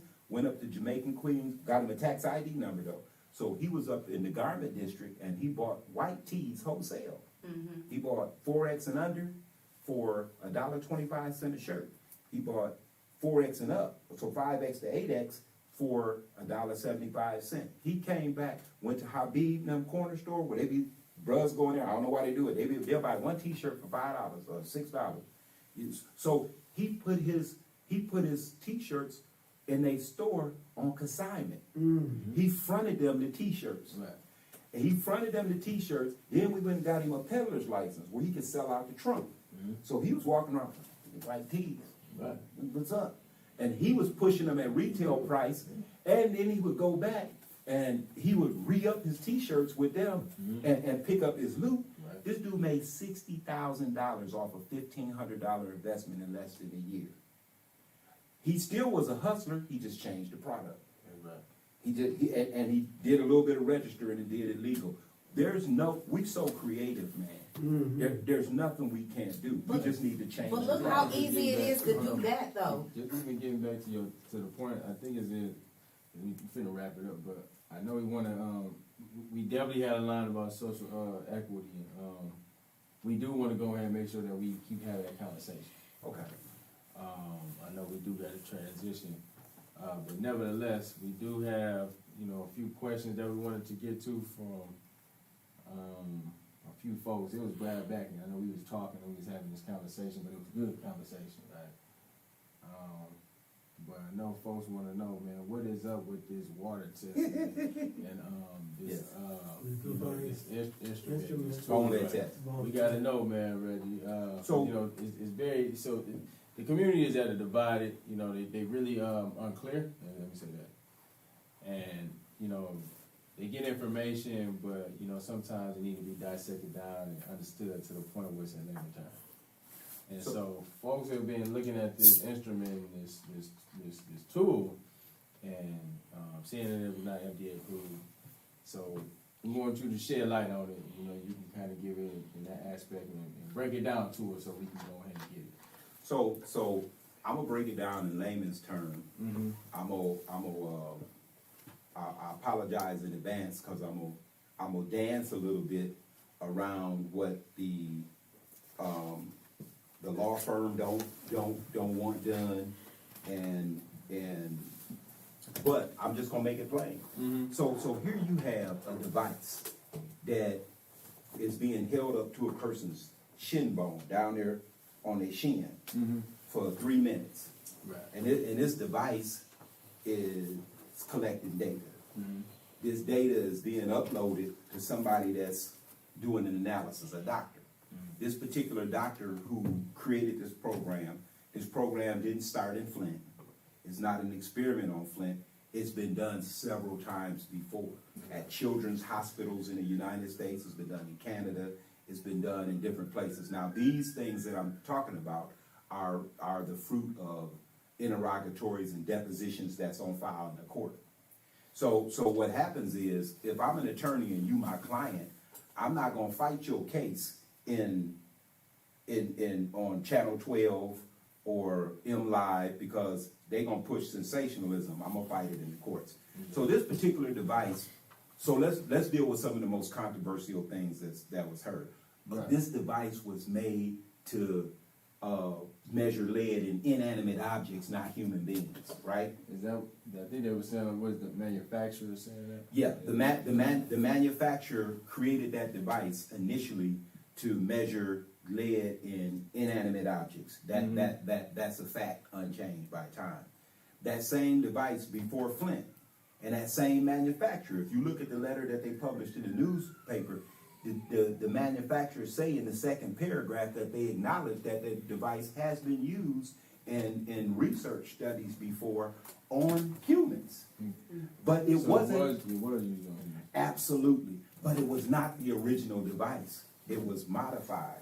Okay. It was my understanding is it was modified with a different tube so that it would not harm anyone. So one of the things that everybody need to understand is the original device of the manufacturer has not been used on anybody in Flint. A modified version of it. Let's get that part straight. Not the original device from the manufacturer. That was not used on anybody. But a modified version of that device was used. Let me give you an example. In hospitals, when they bust a person's chest open to do heart surgery, guess what they're using? They're using snap-on tubes that you can go to Home Depot and buy that little nuclear circular saw. Yeah. They're using the manufacturer of snap-on tubes will tell you that device was not designed to be used on humans, but nevertheless, it's used on humans. Most medical devices are a modification of something else. So in this particular case, you have a machine that was modified to read lead.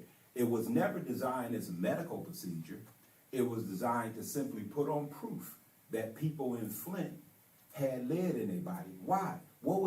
This was a lead lawsuit. And the number one way of proving that people had lead in their body in 2014, 2015, and a little bit of 2016 was you had blood lead tests. Remember all the blood lead tests that everybody was doing? What's the problem with that? Say I was contaminated in January, but I took my blood lead test at the end of February and it showed very little. If I took that same blood lead test and I got contaminated in January, in May, it may show no lead in my system at all. Why? Because lead acts exactly like calcium. I'm taught, I learned, lead goes out of your blood into your bones and organs. So if it goes out of your blood into your bones and organs, there's a client, I'm not gonna say her name, she told me I can say it, but I ain't gonna do it. She had a blood test. She had a blood lead test. In 2016, she tested 0.9% parts per million, because that's how you measure lead, in her blood. She took the bone lead test, and just at the beginning or end of 2019, she tested 17.76 part per million lead in her system. The blood test didn't catch it because it had dissipated out of her blood and went into her bones. So Paul Napoli, the partner of Napoli Shkolnik, who I had the pleasure of meeting, he ended up, along with what you're not hearing is Hurley and a lot of these other law firms, they talked to this same doctor at one point. And they was trying to get him to put together the test. They was going to drive up to the Cedars-Sinai Hospital, Mount Sinai Hospital, New York, or Purdue University, because both of those places have a walk-in machine that do a bone lead test. So the law firms was going to be driving people up to these places. But that wasn't practical. It was going to suck up all of the money. They was going to have to bill back to the clients. It wasn't going to be worth it. So Napoli got one of the number one bone lead experts in the United States who have been using this machine in various different RBI studies all over the United States, China, Canada, on people. Okay. On people. Right. And said, hey, we're not trying to do a medical procedure. Can you quantify if people in Flint got lead in their system? Sure, no problem. So he put it together and started testing people. Now, I'm like this. I'm managing this office for its paperwork as a contract paralegal, but I'm not prepared. I was living on Glen at the time in Flint. So I could have signed up for the lawsuit. I didn't because I thought it would be a conflict of interest. But I've had the bone lead test 3 times. When he calibrated the machine, tested on me. And I went to my doctor, hey, check me out, draw some blood for me, and tell me if I've been contaminated by radiation. I have not. One of the things you have not heard, you can take this to the bank because time ain't going to change this. Everybody that's been tested, I know a lot of people that's been tested. I know activists that's been tested, public officials that's been tested. There's going to be no evidence that anybody has been affected by this. Now, I didn't just take this doctor's word for it. He went to Harvard, great guy working up there. Look, I found the sister that used to be the head of the radiology department at Hurley, and I asked the firm, hey, can y'all please, this sister, no radiation. Can she check this process out? I need to know if it's safe. She checked the process, the whole protocol out, left to right, and she concluded you would get more radiation walking around outside, just cosmic normal radiation, 8 hours of walking around outside than you get from that machine. Right. So that machine, nobody, if you listen to all of the chatter, you've seen no documents, no expert, nobody say that a person has been harmed by this machine. So if you have not been harmed by this machine, it wasn't registered initially, and you saw in the paper it's illegal to use X-ray device without it being registered, right? That's the law that they were throwing out there in the paper. In that same law, because I read it, over 3,000 words, is also in that law says if the device do not harm you and do not harm the environment, then you're exempt from registering it. But the paper will print that part and not print the other because they sell sensation. Right. And we ain't fighting. Now, I'm sitting there saying, hey, look, bro, I'm not real milquetoast, but why ain't y'all answering all this stuff? And the lawyer looked at me and he said, Reg, you told me something early on in this suit. You gave me an analogy of Muhammad Ali. You said Muhammad Ali mastered a technique where he would let you punch it. It's called the rope-a-dope. And when you tired yourself out, he come up off the rope and beat the brakes out you. He said, we're not gonna fight this out in the newspaper and in the streets. We have thousands of clients who've qualified for compensation based on this test. So what are they saying? They don't want Flint people to get paid? Because they doctors damn sure ain't have nothing in their file saying that they was contaminated by Flint water. When you have a lawsuit, you have to put on proof. Here's a news flash. Nobody in Flint getting a check because you live in Flint. If there's no proof presented that you were injured by the water crisis, and it ain't just lead. If you had anemia, if you had a miscarriage, if you had neuropathy, if you had extreme hypertension, which means it could have just fluctuated during that period of time. And there's some other things, legionnaires, you can get compensated, but you're going to have proof of it. And what the tragedy is that nobody's talking about is all these damn doctors, when these law firms, medical departments are sitting, had y'all fill out HIPAA high-techs so they can pull y'all records. These doctors are not providing a link letter. They don't have to say 100%. All they have to say is more likely than not, your blood pressure was affected by the water crisis. Your skin rash that most of us had was affected by the water crisis. Your hair loss was affected by the water crisis, like some of the places are doing, like Silverton Institute. But a lot of us didn't even go and get checked up for that stuff because we ain't had no insurance and we ain't trusted. So this particular law firm came up with a way to put on its proof. And let me interrupt right there. That was another thing that there wasn't no tool initially or anything to kind of guide. Nobody had paperwork. Nobody had paperwork. was going to the doctor in the first place. And if they was going, they wasn't saying this was because of the water. Yeah, they didn't know what was going on, so it's kind of hard to kind of gauge it off of that. So, but I do feel like they should have had something in place. Yes. To really kind of put folks in different categories, right, to see the level of lead that was in the body. Right. You had to know those things, so if you didn't have that in place during a lawsuit or in the beginning of the lawsuit, and then there was an instrument that was produced To do that. I think, you know what I mean? I guess that's my thing, so we needed something. Now listen, I get it. If it's, and another reason why I've been, brother, why you so quiet on it?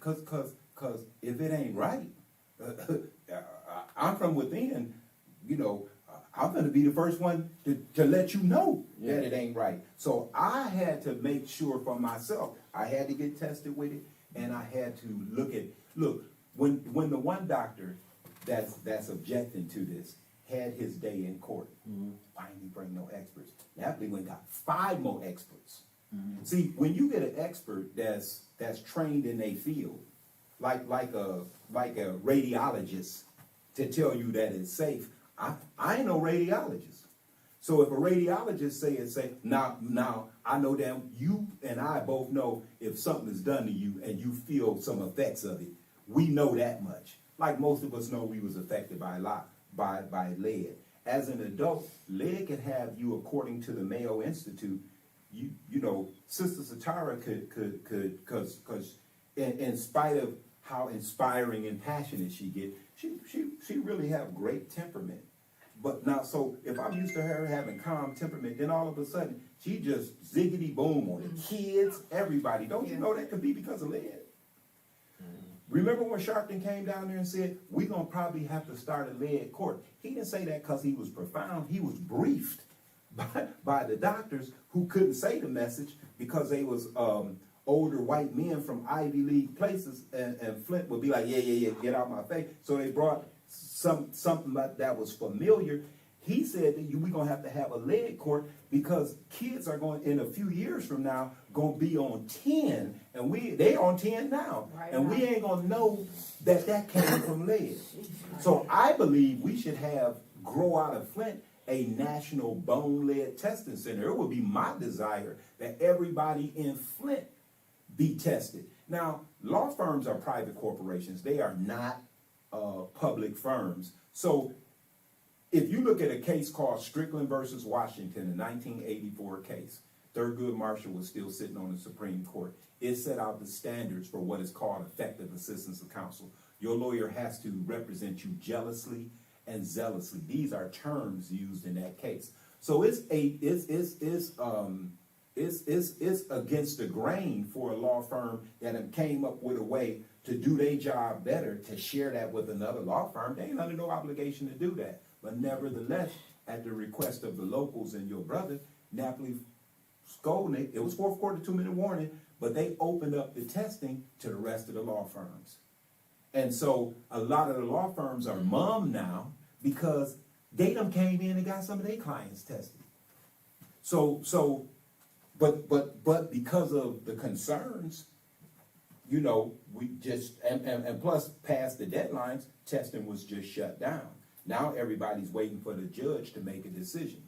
It would be my desire with the EPA suit that's left, it would be my desire with the suit with Veolia and the consulting firm and the engineering firm Land that's supposed to go to trial in January, that once these checks fly, and this is my personal prediction, this is not the courts, if it is allowed to stand, so people who have tested, and adults that tested 5 parts per million and kids that tested 0.9 parts per million and higher go into these categories and get their guap, and you see, oh wow, this proof worked, that the bone lead tested is open back up for everybody that would do it, because we have a process. There are City of Flint CNAs and registered nurses that under the leadership of this doctor been administering this.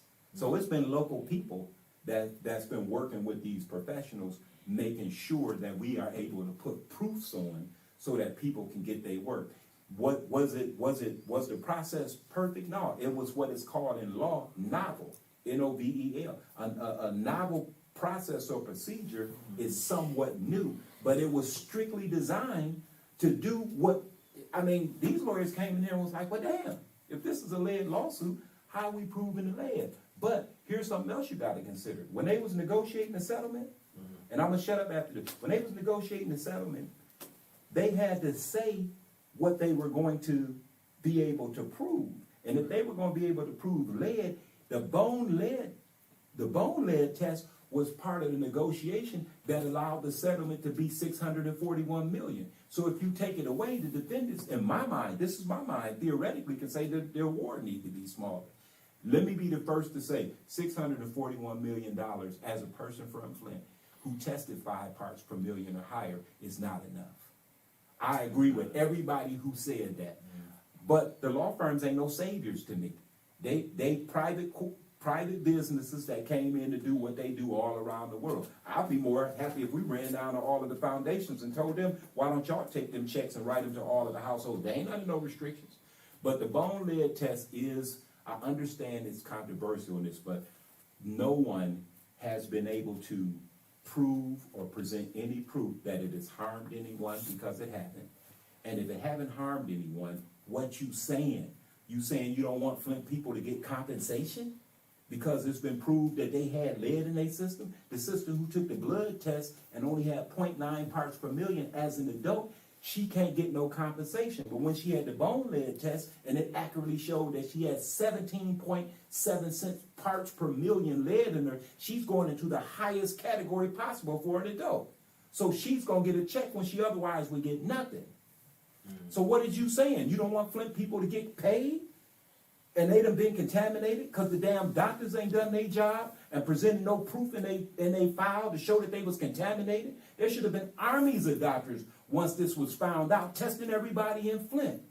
There's a process where you can actually, there's a needle process where you can draw lead out of a person. None of this stuff was put because it was going to cost too much for poor people in Flint. Let them die. So ain't no gatekeeping. It's a fact that this particular law firm did their job. Now prove that the test harmed anybody, and I shut up, but you can't. Not from the data that I saw that's on file with the court. I have a question. So I get them saying, you know, the whole rope-a-dope, you know, letting people say whatever they're gonna say about this, but at the end of the day, you know, some people, everybody learns a different way. Everybody receives things a different way. I don't necessarily think that it was fair for them not to put it out there saying that this was safe for people to use, because there are so many thousands of people that are not going to have anything coming from this settlement because they didn't do any of that, because they didn't know and they weren't sure, and they hear that it's bad or it wasn't approved by the FDA or it wasn't supposed to be used on humans, but they didn't hear this argument. And part of some of the answers when it came out in the paper and said it was approved by the FDA, in court, the expert was brought in and said there's no requirement for it to be approved by the Food and Drug Administration for this radiological device. That was a false argument from the beginning, but it was designed. Now imagine I'm a law firm and I don't have the bone lead test. I'm gonna have my surrogates and minions speaking against it because that's less money I'm gonna get. Yeah, but you get what I'm saying though? I do. Because here's the thing, it's like this whole thing just came out, okay, it was approved by the FDA, but shit, it's closed now. Hell, they can't go have the test now. Well, it wasn't approved by the FDA. It was approved by MIOSHA, Michigan OSHA. Okay. That's the regulatory. That's the regulatory. Yeah, but see here's let me say this to that, Sitar. Since you may not remember this or you may never saw it, I've been to every daycare I've communicated with in the city of Flint, every elementary school. I've been to over 80 churches, just little old me, and every school. We have thousands of people who took the bone lead test because we told them about it. They heard it and they came. Thousands. They were our clients. But it was thousands who ain't. Even I hear what you're saying, but it's still. Let me speak to that. So before January, when Judge Levy announced that she would accept the bone lead test, that she would accept the settlement, the $641 million settlement, and it was only 600 and something in until McLaren and the city of Flint came, their contribution was added in. That was negotiated back in October of 2020, right? And back in October of 2020, I believe, according to court records, you had barely 30,000 people in the whole city of Flint signed up for the case. So what the defendants was arguing, imagine the defendants saying, hey, no outcry for this, man. It's been 7 years and only 30,000 people have signed up. This ain't as bad as y'all saying. Now, I don't blame Flint people because Flint been dogged so many times with these GM lawsuits and everything else. Don't nobody trust these folks. So they ain't sign up. Only when the judge announced, I'm going to preliminarily accept the agreement. In January, from January to March 29th, the last period to sign up for the lawsuit, doubled in 3 months what had went on for 7 years. So imagine you working the law firm. I'm sitting here working from can't see morning to can't see night. People walking in the door now because they heard there's a settlement and they want to sign up. Not only do I got to sign them up, I got to get all their personal information. I got to get them to sign HIPAA and high text. All these records got to be drawn. Man, look, we're trying not to have ineffective assistance of counsel losing anybody's paperwork that was signing up. So, and guess what? The testing, the bone lead testing during that period of time quadrupled. We were testing from can't see morning to, but the test had been offered for years before that. Solicitation for law firms ain't like another firm. You can't car salesmen. We done had Zooms, announcements. People were being tested, but when that announcement of that money came, I get it. Thousands. In that 3 month period of time, man, we tested. In that 4 month period of time, we tested up to April the 28th. We was testing from the beginning of the morning to the end of the night. Did you test 80,000 people? It wasn't our obligation to test anybody other than our clients. But that's what I'm saying. But that goes back to what well, I'm if you had a business, if you had we got to treat the truth regardless of the circumstances. Yeah. If there's 140 law firms, and those law firms, we tell them, we'll test your people. Some brought their people, Some did not. They're their clients. Their obligation is to their But clients. would it hurt to take just it to like trial? But I said, would it hurt to take it to trial? Would it? This Well, case, the drug. let's talk about that. Let's talk about that. So you take the case to trial. You take the case to trial. These cases are contingency lawsuits. Keep in mind, for 7 years, these law firms have been spending their money and they haven't received a dime. And some of the clients they have, they're not going to receive a dime from. So it's hard to get people to even come in and fill out their paperwork so they can get their money. So if you take it to trial, let me tell you one of the arguments I heard. One of the arguments I heard was the values of the people's property values have went down because of the water crisis. Now, I believe most of us in the room believe that, right? Yeah. Because of contaminated water, folks don't want to finance your house. Folks don't want to come and live in Flint. So it's reasonable to say that the property values went down. Wouldn't that be reasonable? Now watch this. Go pull the state equalized value of every single house in the city of Flint and tell me if the taxes did not go up or stay the same. And how you measure, when you're doing appraisals, normally you appraise a house 2.5 times its SEV value. So if the SEV values of the homes didn't go down, and you go into trial with the argument that the property values in Flint have went down, and the defendants pull out and show you by the statistics of the city that the property values have maintained or went up, you lose that argument. Watch this. The defendants, what you don't see, the defendants was sending experts into hundreds of homes in Flint, scraping the lead paint houses that was built in 1978 or older. They was scraping paints off the wall, the windows, and they was checking the paint. And guess what? Some of the paint had lead in it, a significant amount of them. This the part you ain't seen in the papers or heard. How do I know? Because my firm hired experts to go look at their experts to make sure they wasn't cheating. And I drove up on the scene of some of them and recorded it. So they were saying, they was making the argument. People in Flint, lead didn't come from the water. They lead came from their house. So we had to argue things like this. So what the hell are you saying? Our clients was licking the damn walls? Or is it more likely than not that they was drinking the water? I mean, So I get that, but that's like a straw man.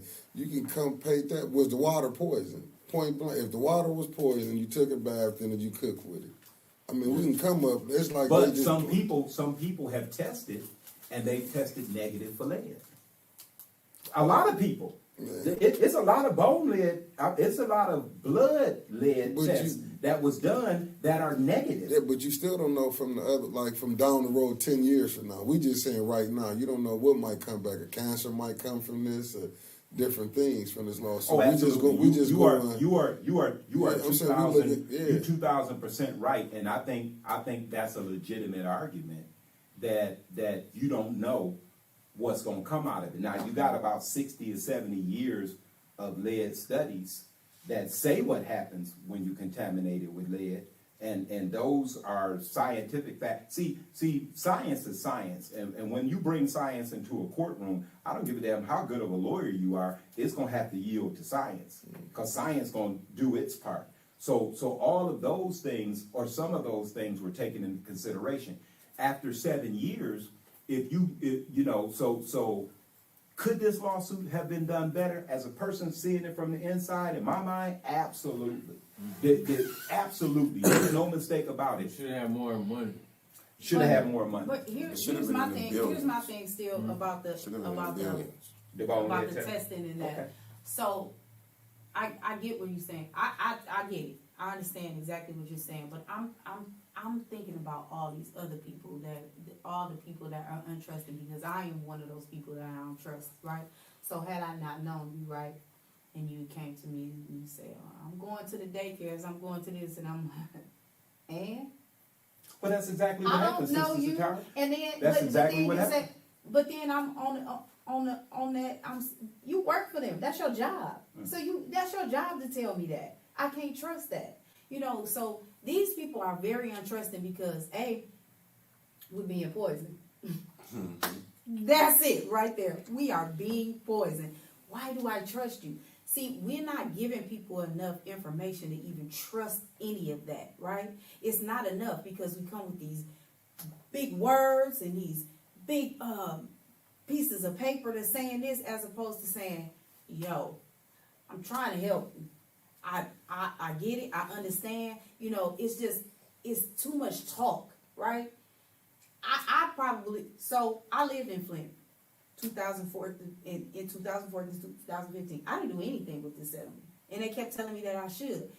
I just kept hearing all of the negative. I didn't hear none of this. And this is the reason why I'm saying that, because I just told him the other day, we were just talking about this Tuesday. I said, I didn't do anything with it. I didn't sign no papers. I didn't do anything. They said, yeah. I'm like, yeah, okay, whatever. I moved. I did.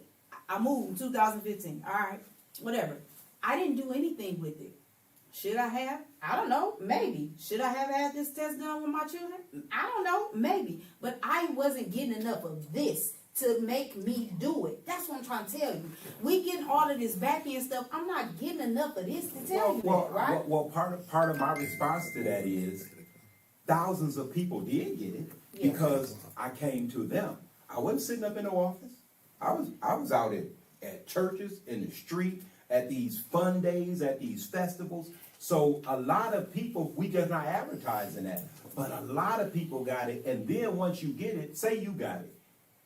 You the best advocate. Do you know most of the people that came in after the initial people got bone lead tested was because of other people who got bone lead tested?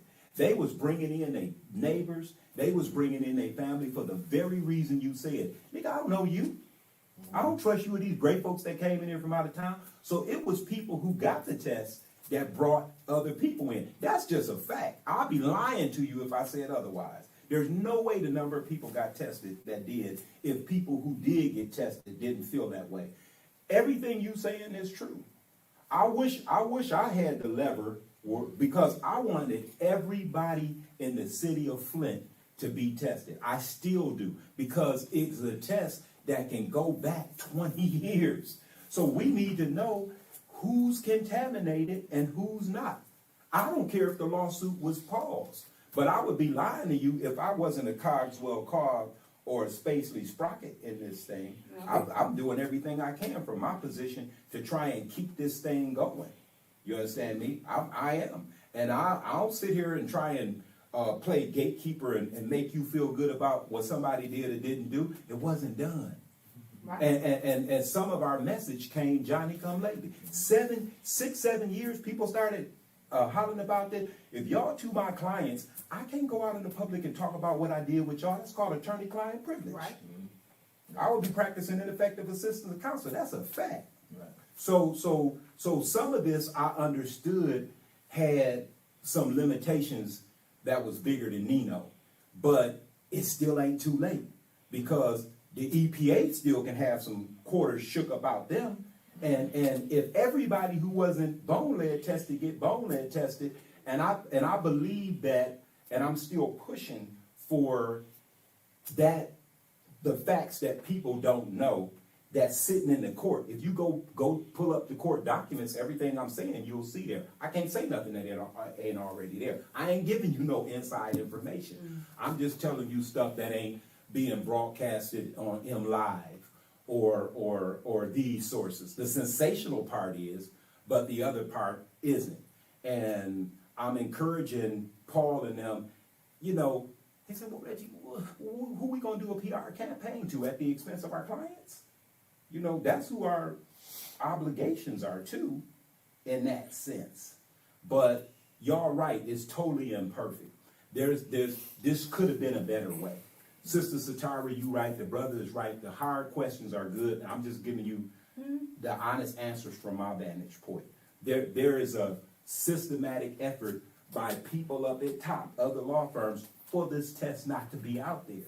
And so just to kind of recap, so we did talk about the fact that I know the harmful rays that's caused by this instrument that was not FDA approved on humans, right? Or MyOSHA approved. Or Mayo. It don't require FDA approval. That's a fallacy from the very beginning. Experts that came and testified, this is a process that don't require FDA approval. That's a false argument. It should have been registered in the state.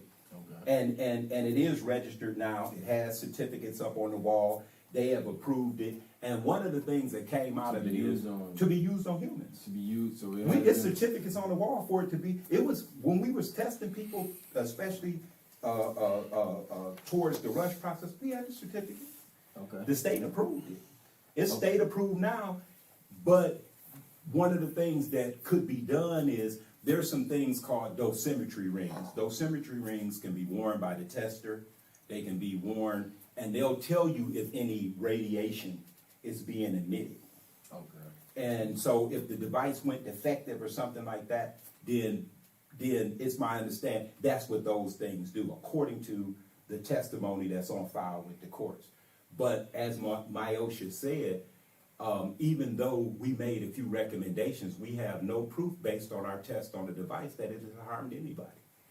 And so these are facts that's recorded with the court. And so it's nothing wrong with anybody criticizing. I think that anything you do should be able to stand up to criticism. So I don't shrink from no criticism, because if it don't hold up, that's a problem. That's a problem. So you know. So we did just want to throw that out there, because and perhaps we'll have a chance to follow it up.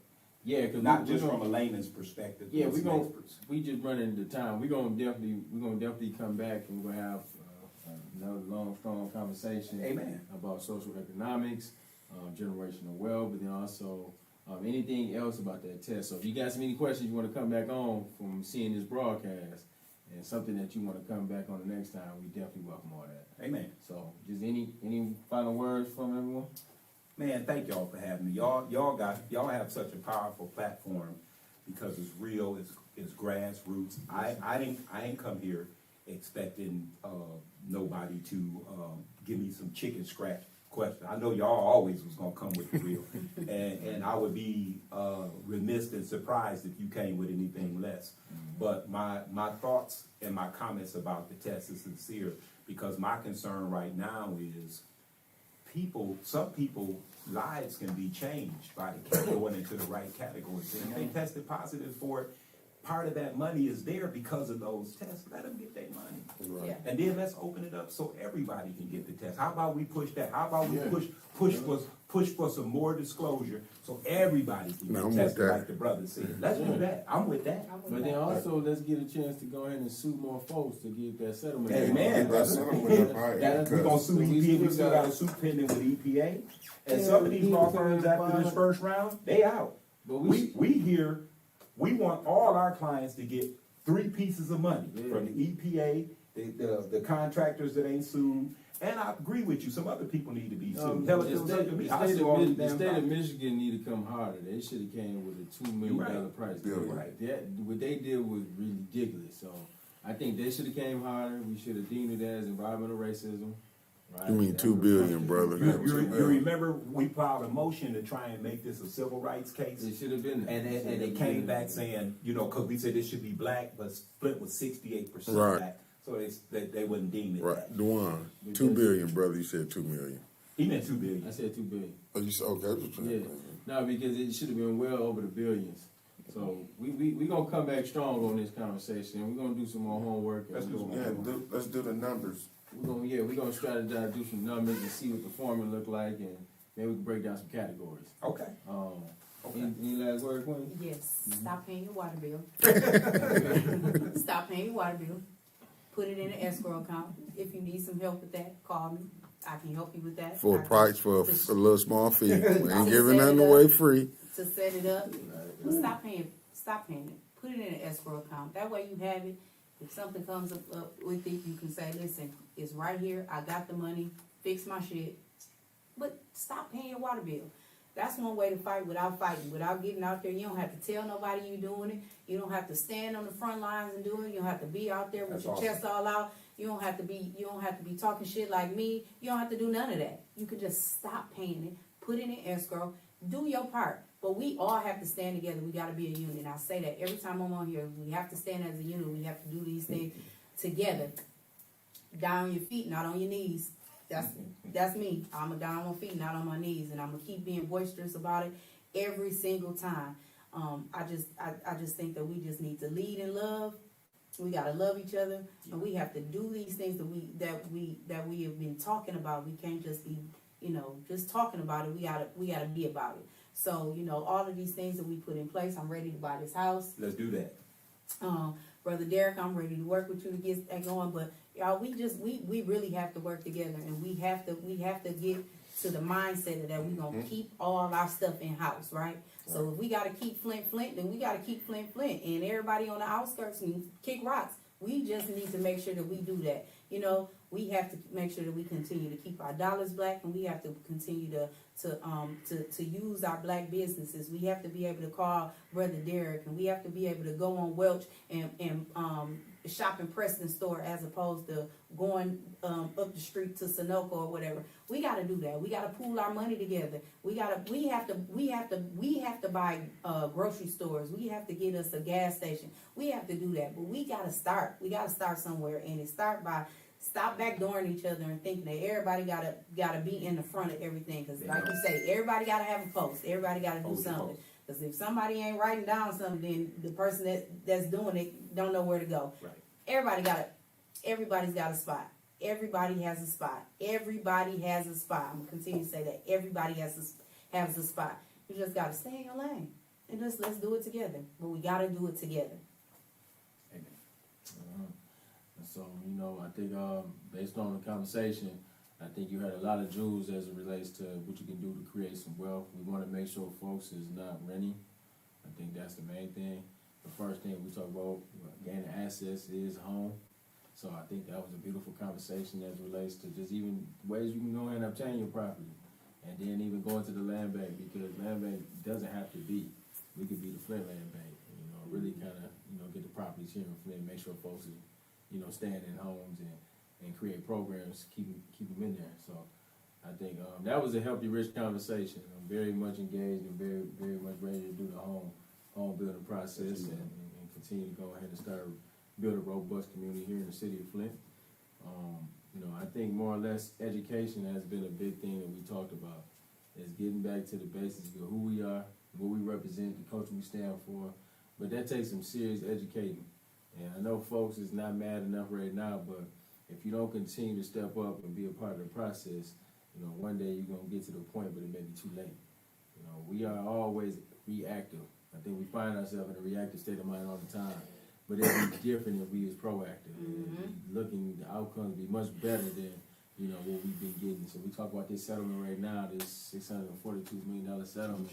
That's chump change. And to be honest, nobody's going to be made whole off of that. So, we should have been looking at anywhere from $3 to $5 billion for this settlement for this amount of people for what was inflicted on them. So we always got to stand strong, but it can't be 5, 10 people out there protesting or continue on the conversation Or signing up. It's been 7 years long, right? It's been 7 years long. We gotta all be on one accord. Everybody gotta be on cue, and everybody gotta move as one, as a unit. So like we was talking about with the information, sharing information is key. But then also when you get the information, you gotta do something with it. A lot of times folks be getting the information, but they don't do nothing about it. So that be half the problem too. We can tell you to go vote.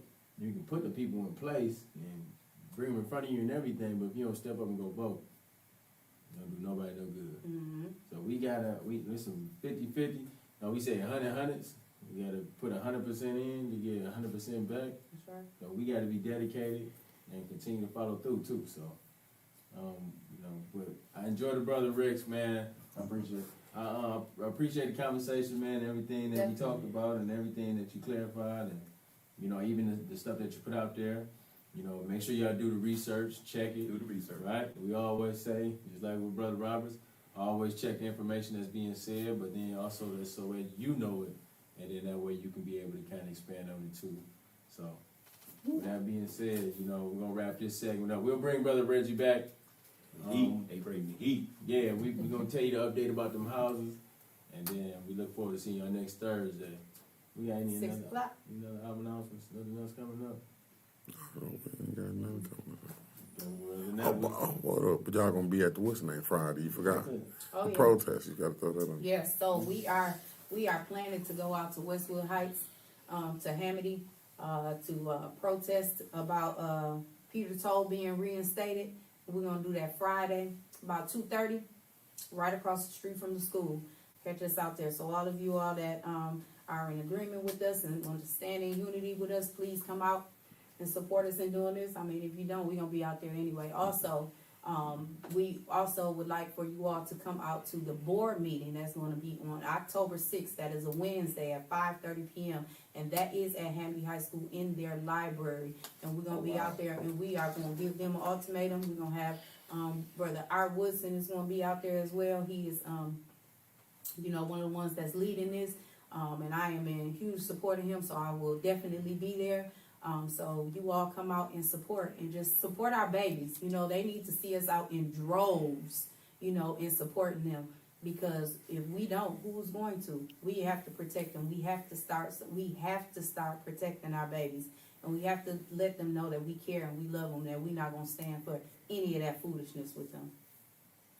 So definitely, so this Friday gonna be Yeah, it. so let's meet up at about 2:15. They get out of school at 2:45. 2:15, we'll be out there in Hamity. Make sure y'all come on out. Y'all gotta tell them where it was street. It's right on Carpenter Road. Yep, Hamilton High School, right on Carpenter Road. Out Mount Morristown. Y'all gonna do to and fro? I'm sorry? Y'all gonna go on both sides? Cause there's traffic coming this way, traffic coming that way. We're gonna be directly across the street, so they can't see us. We're gonna be right across the street from the driveway. Okay. Yep. Mr. Travis that lives across the street is allowing us to be on his property and do so. Okay. Right across the street. Awesome. Yep. So we keep it going. Other than that, we'll see y'all next Thursday at 6 p.m. We're signing out. Black Hawk. Black out.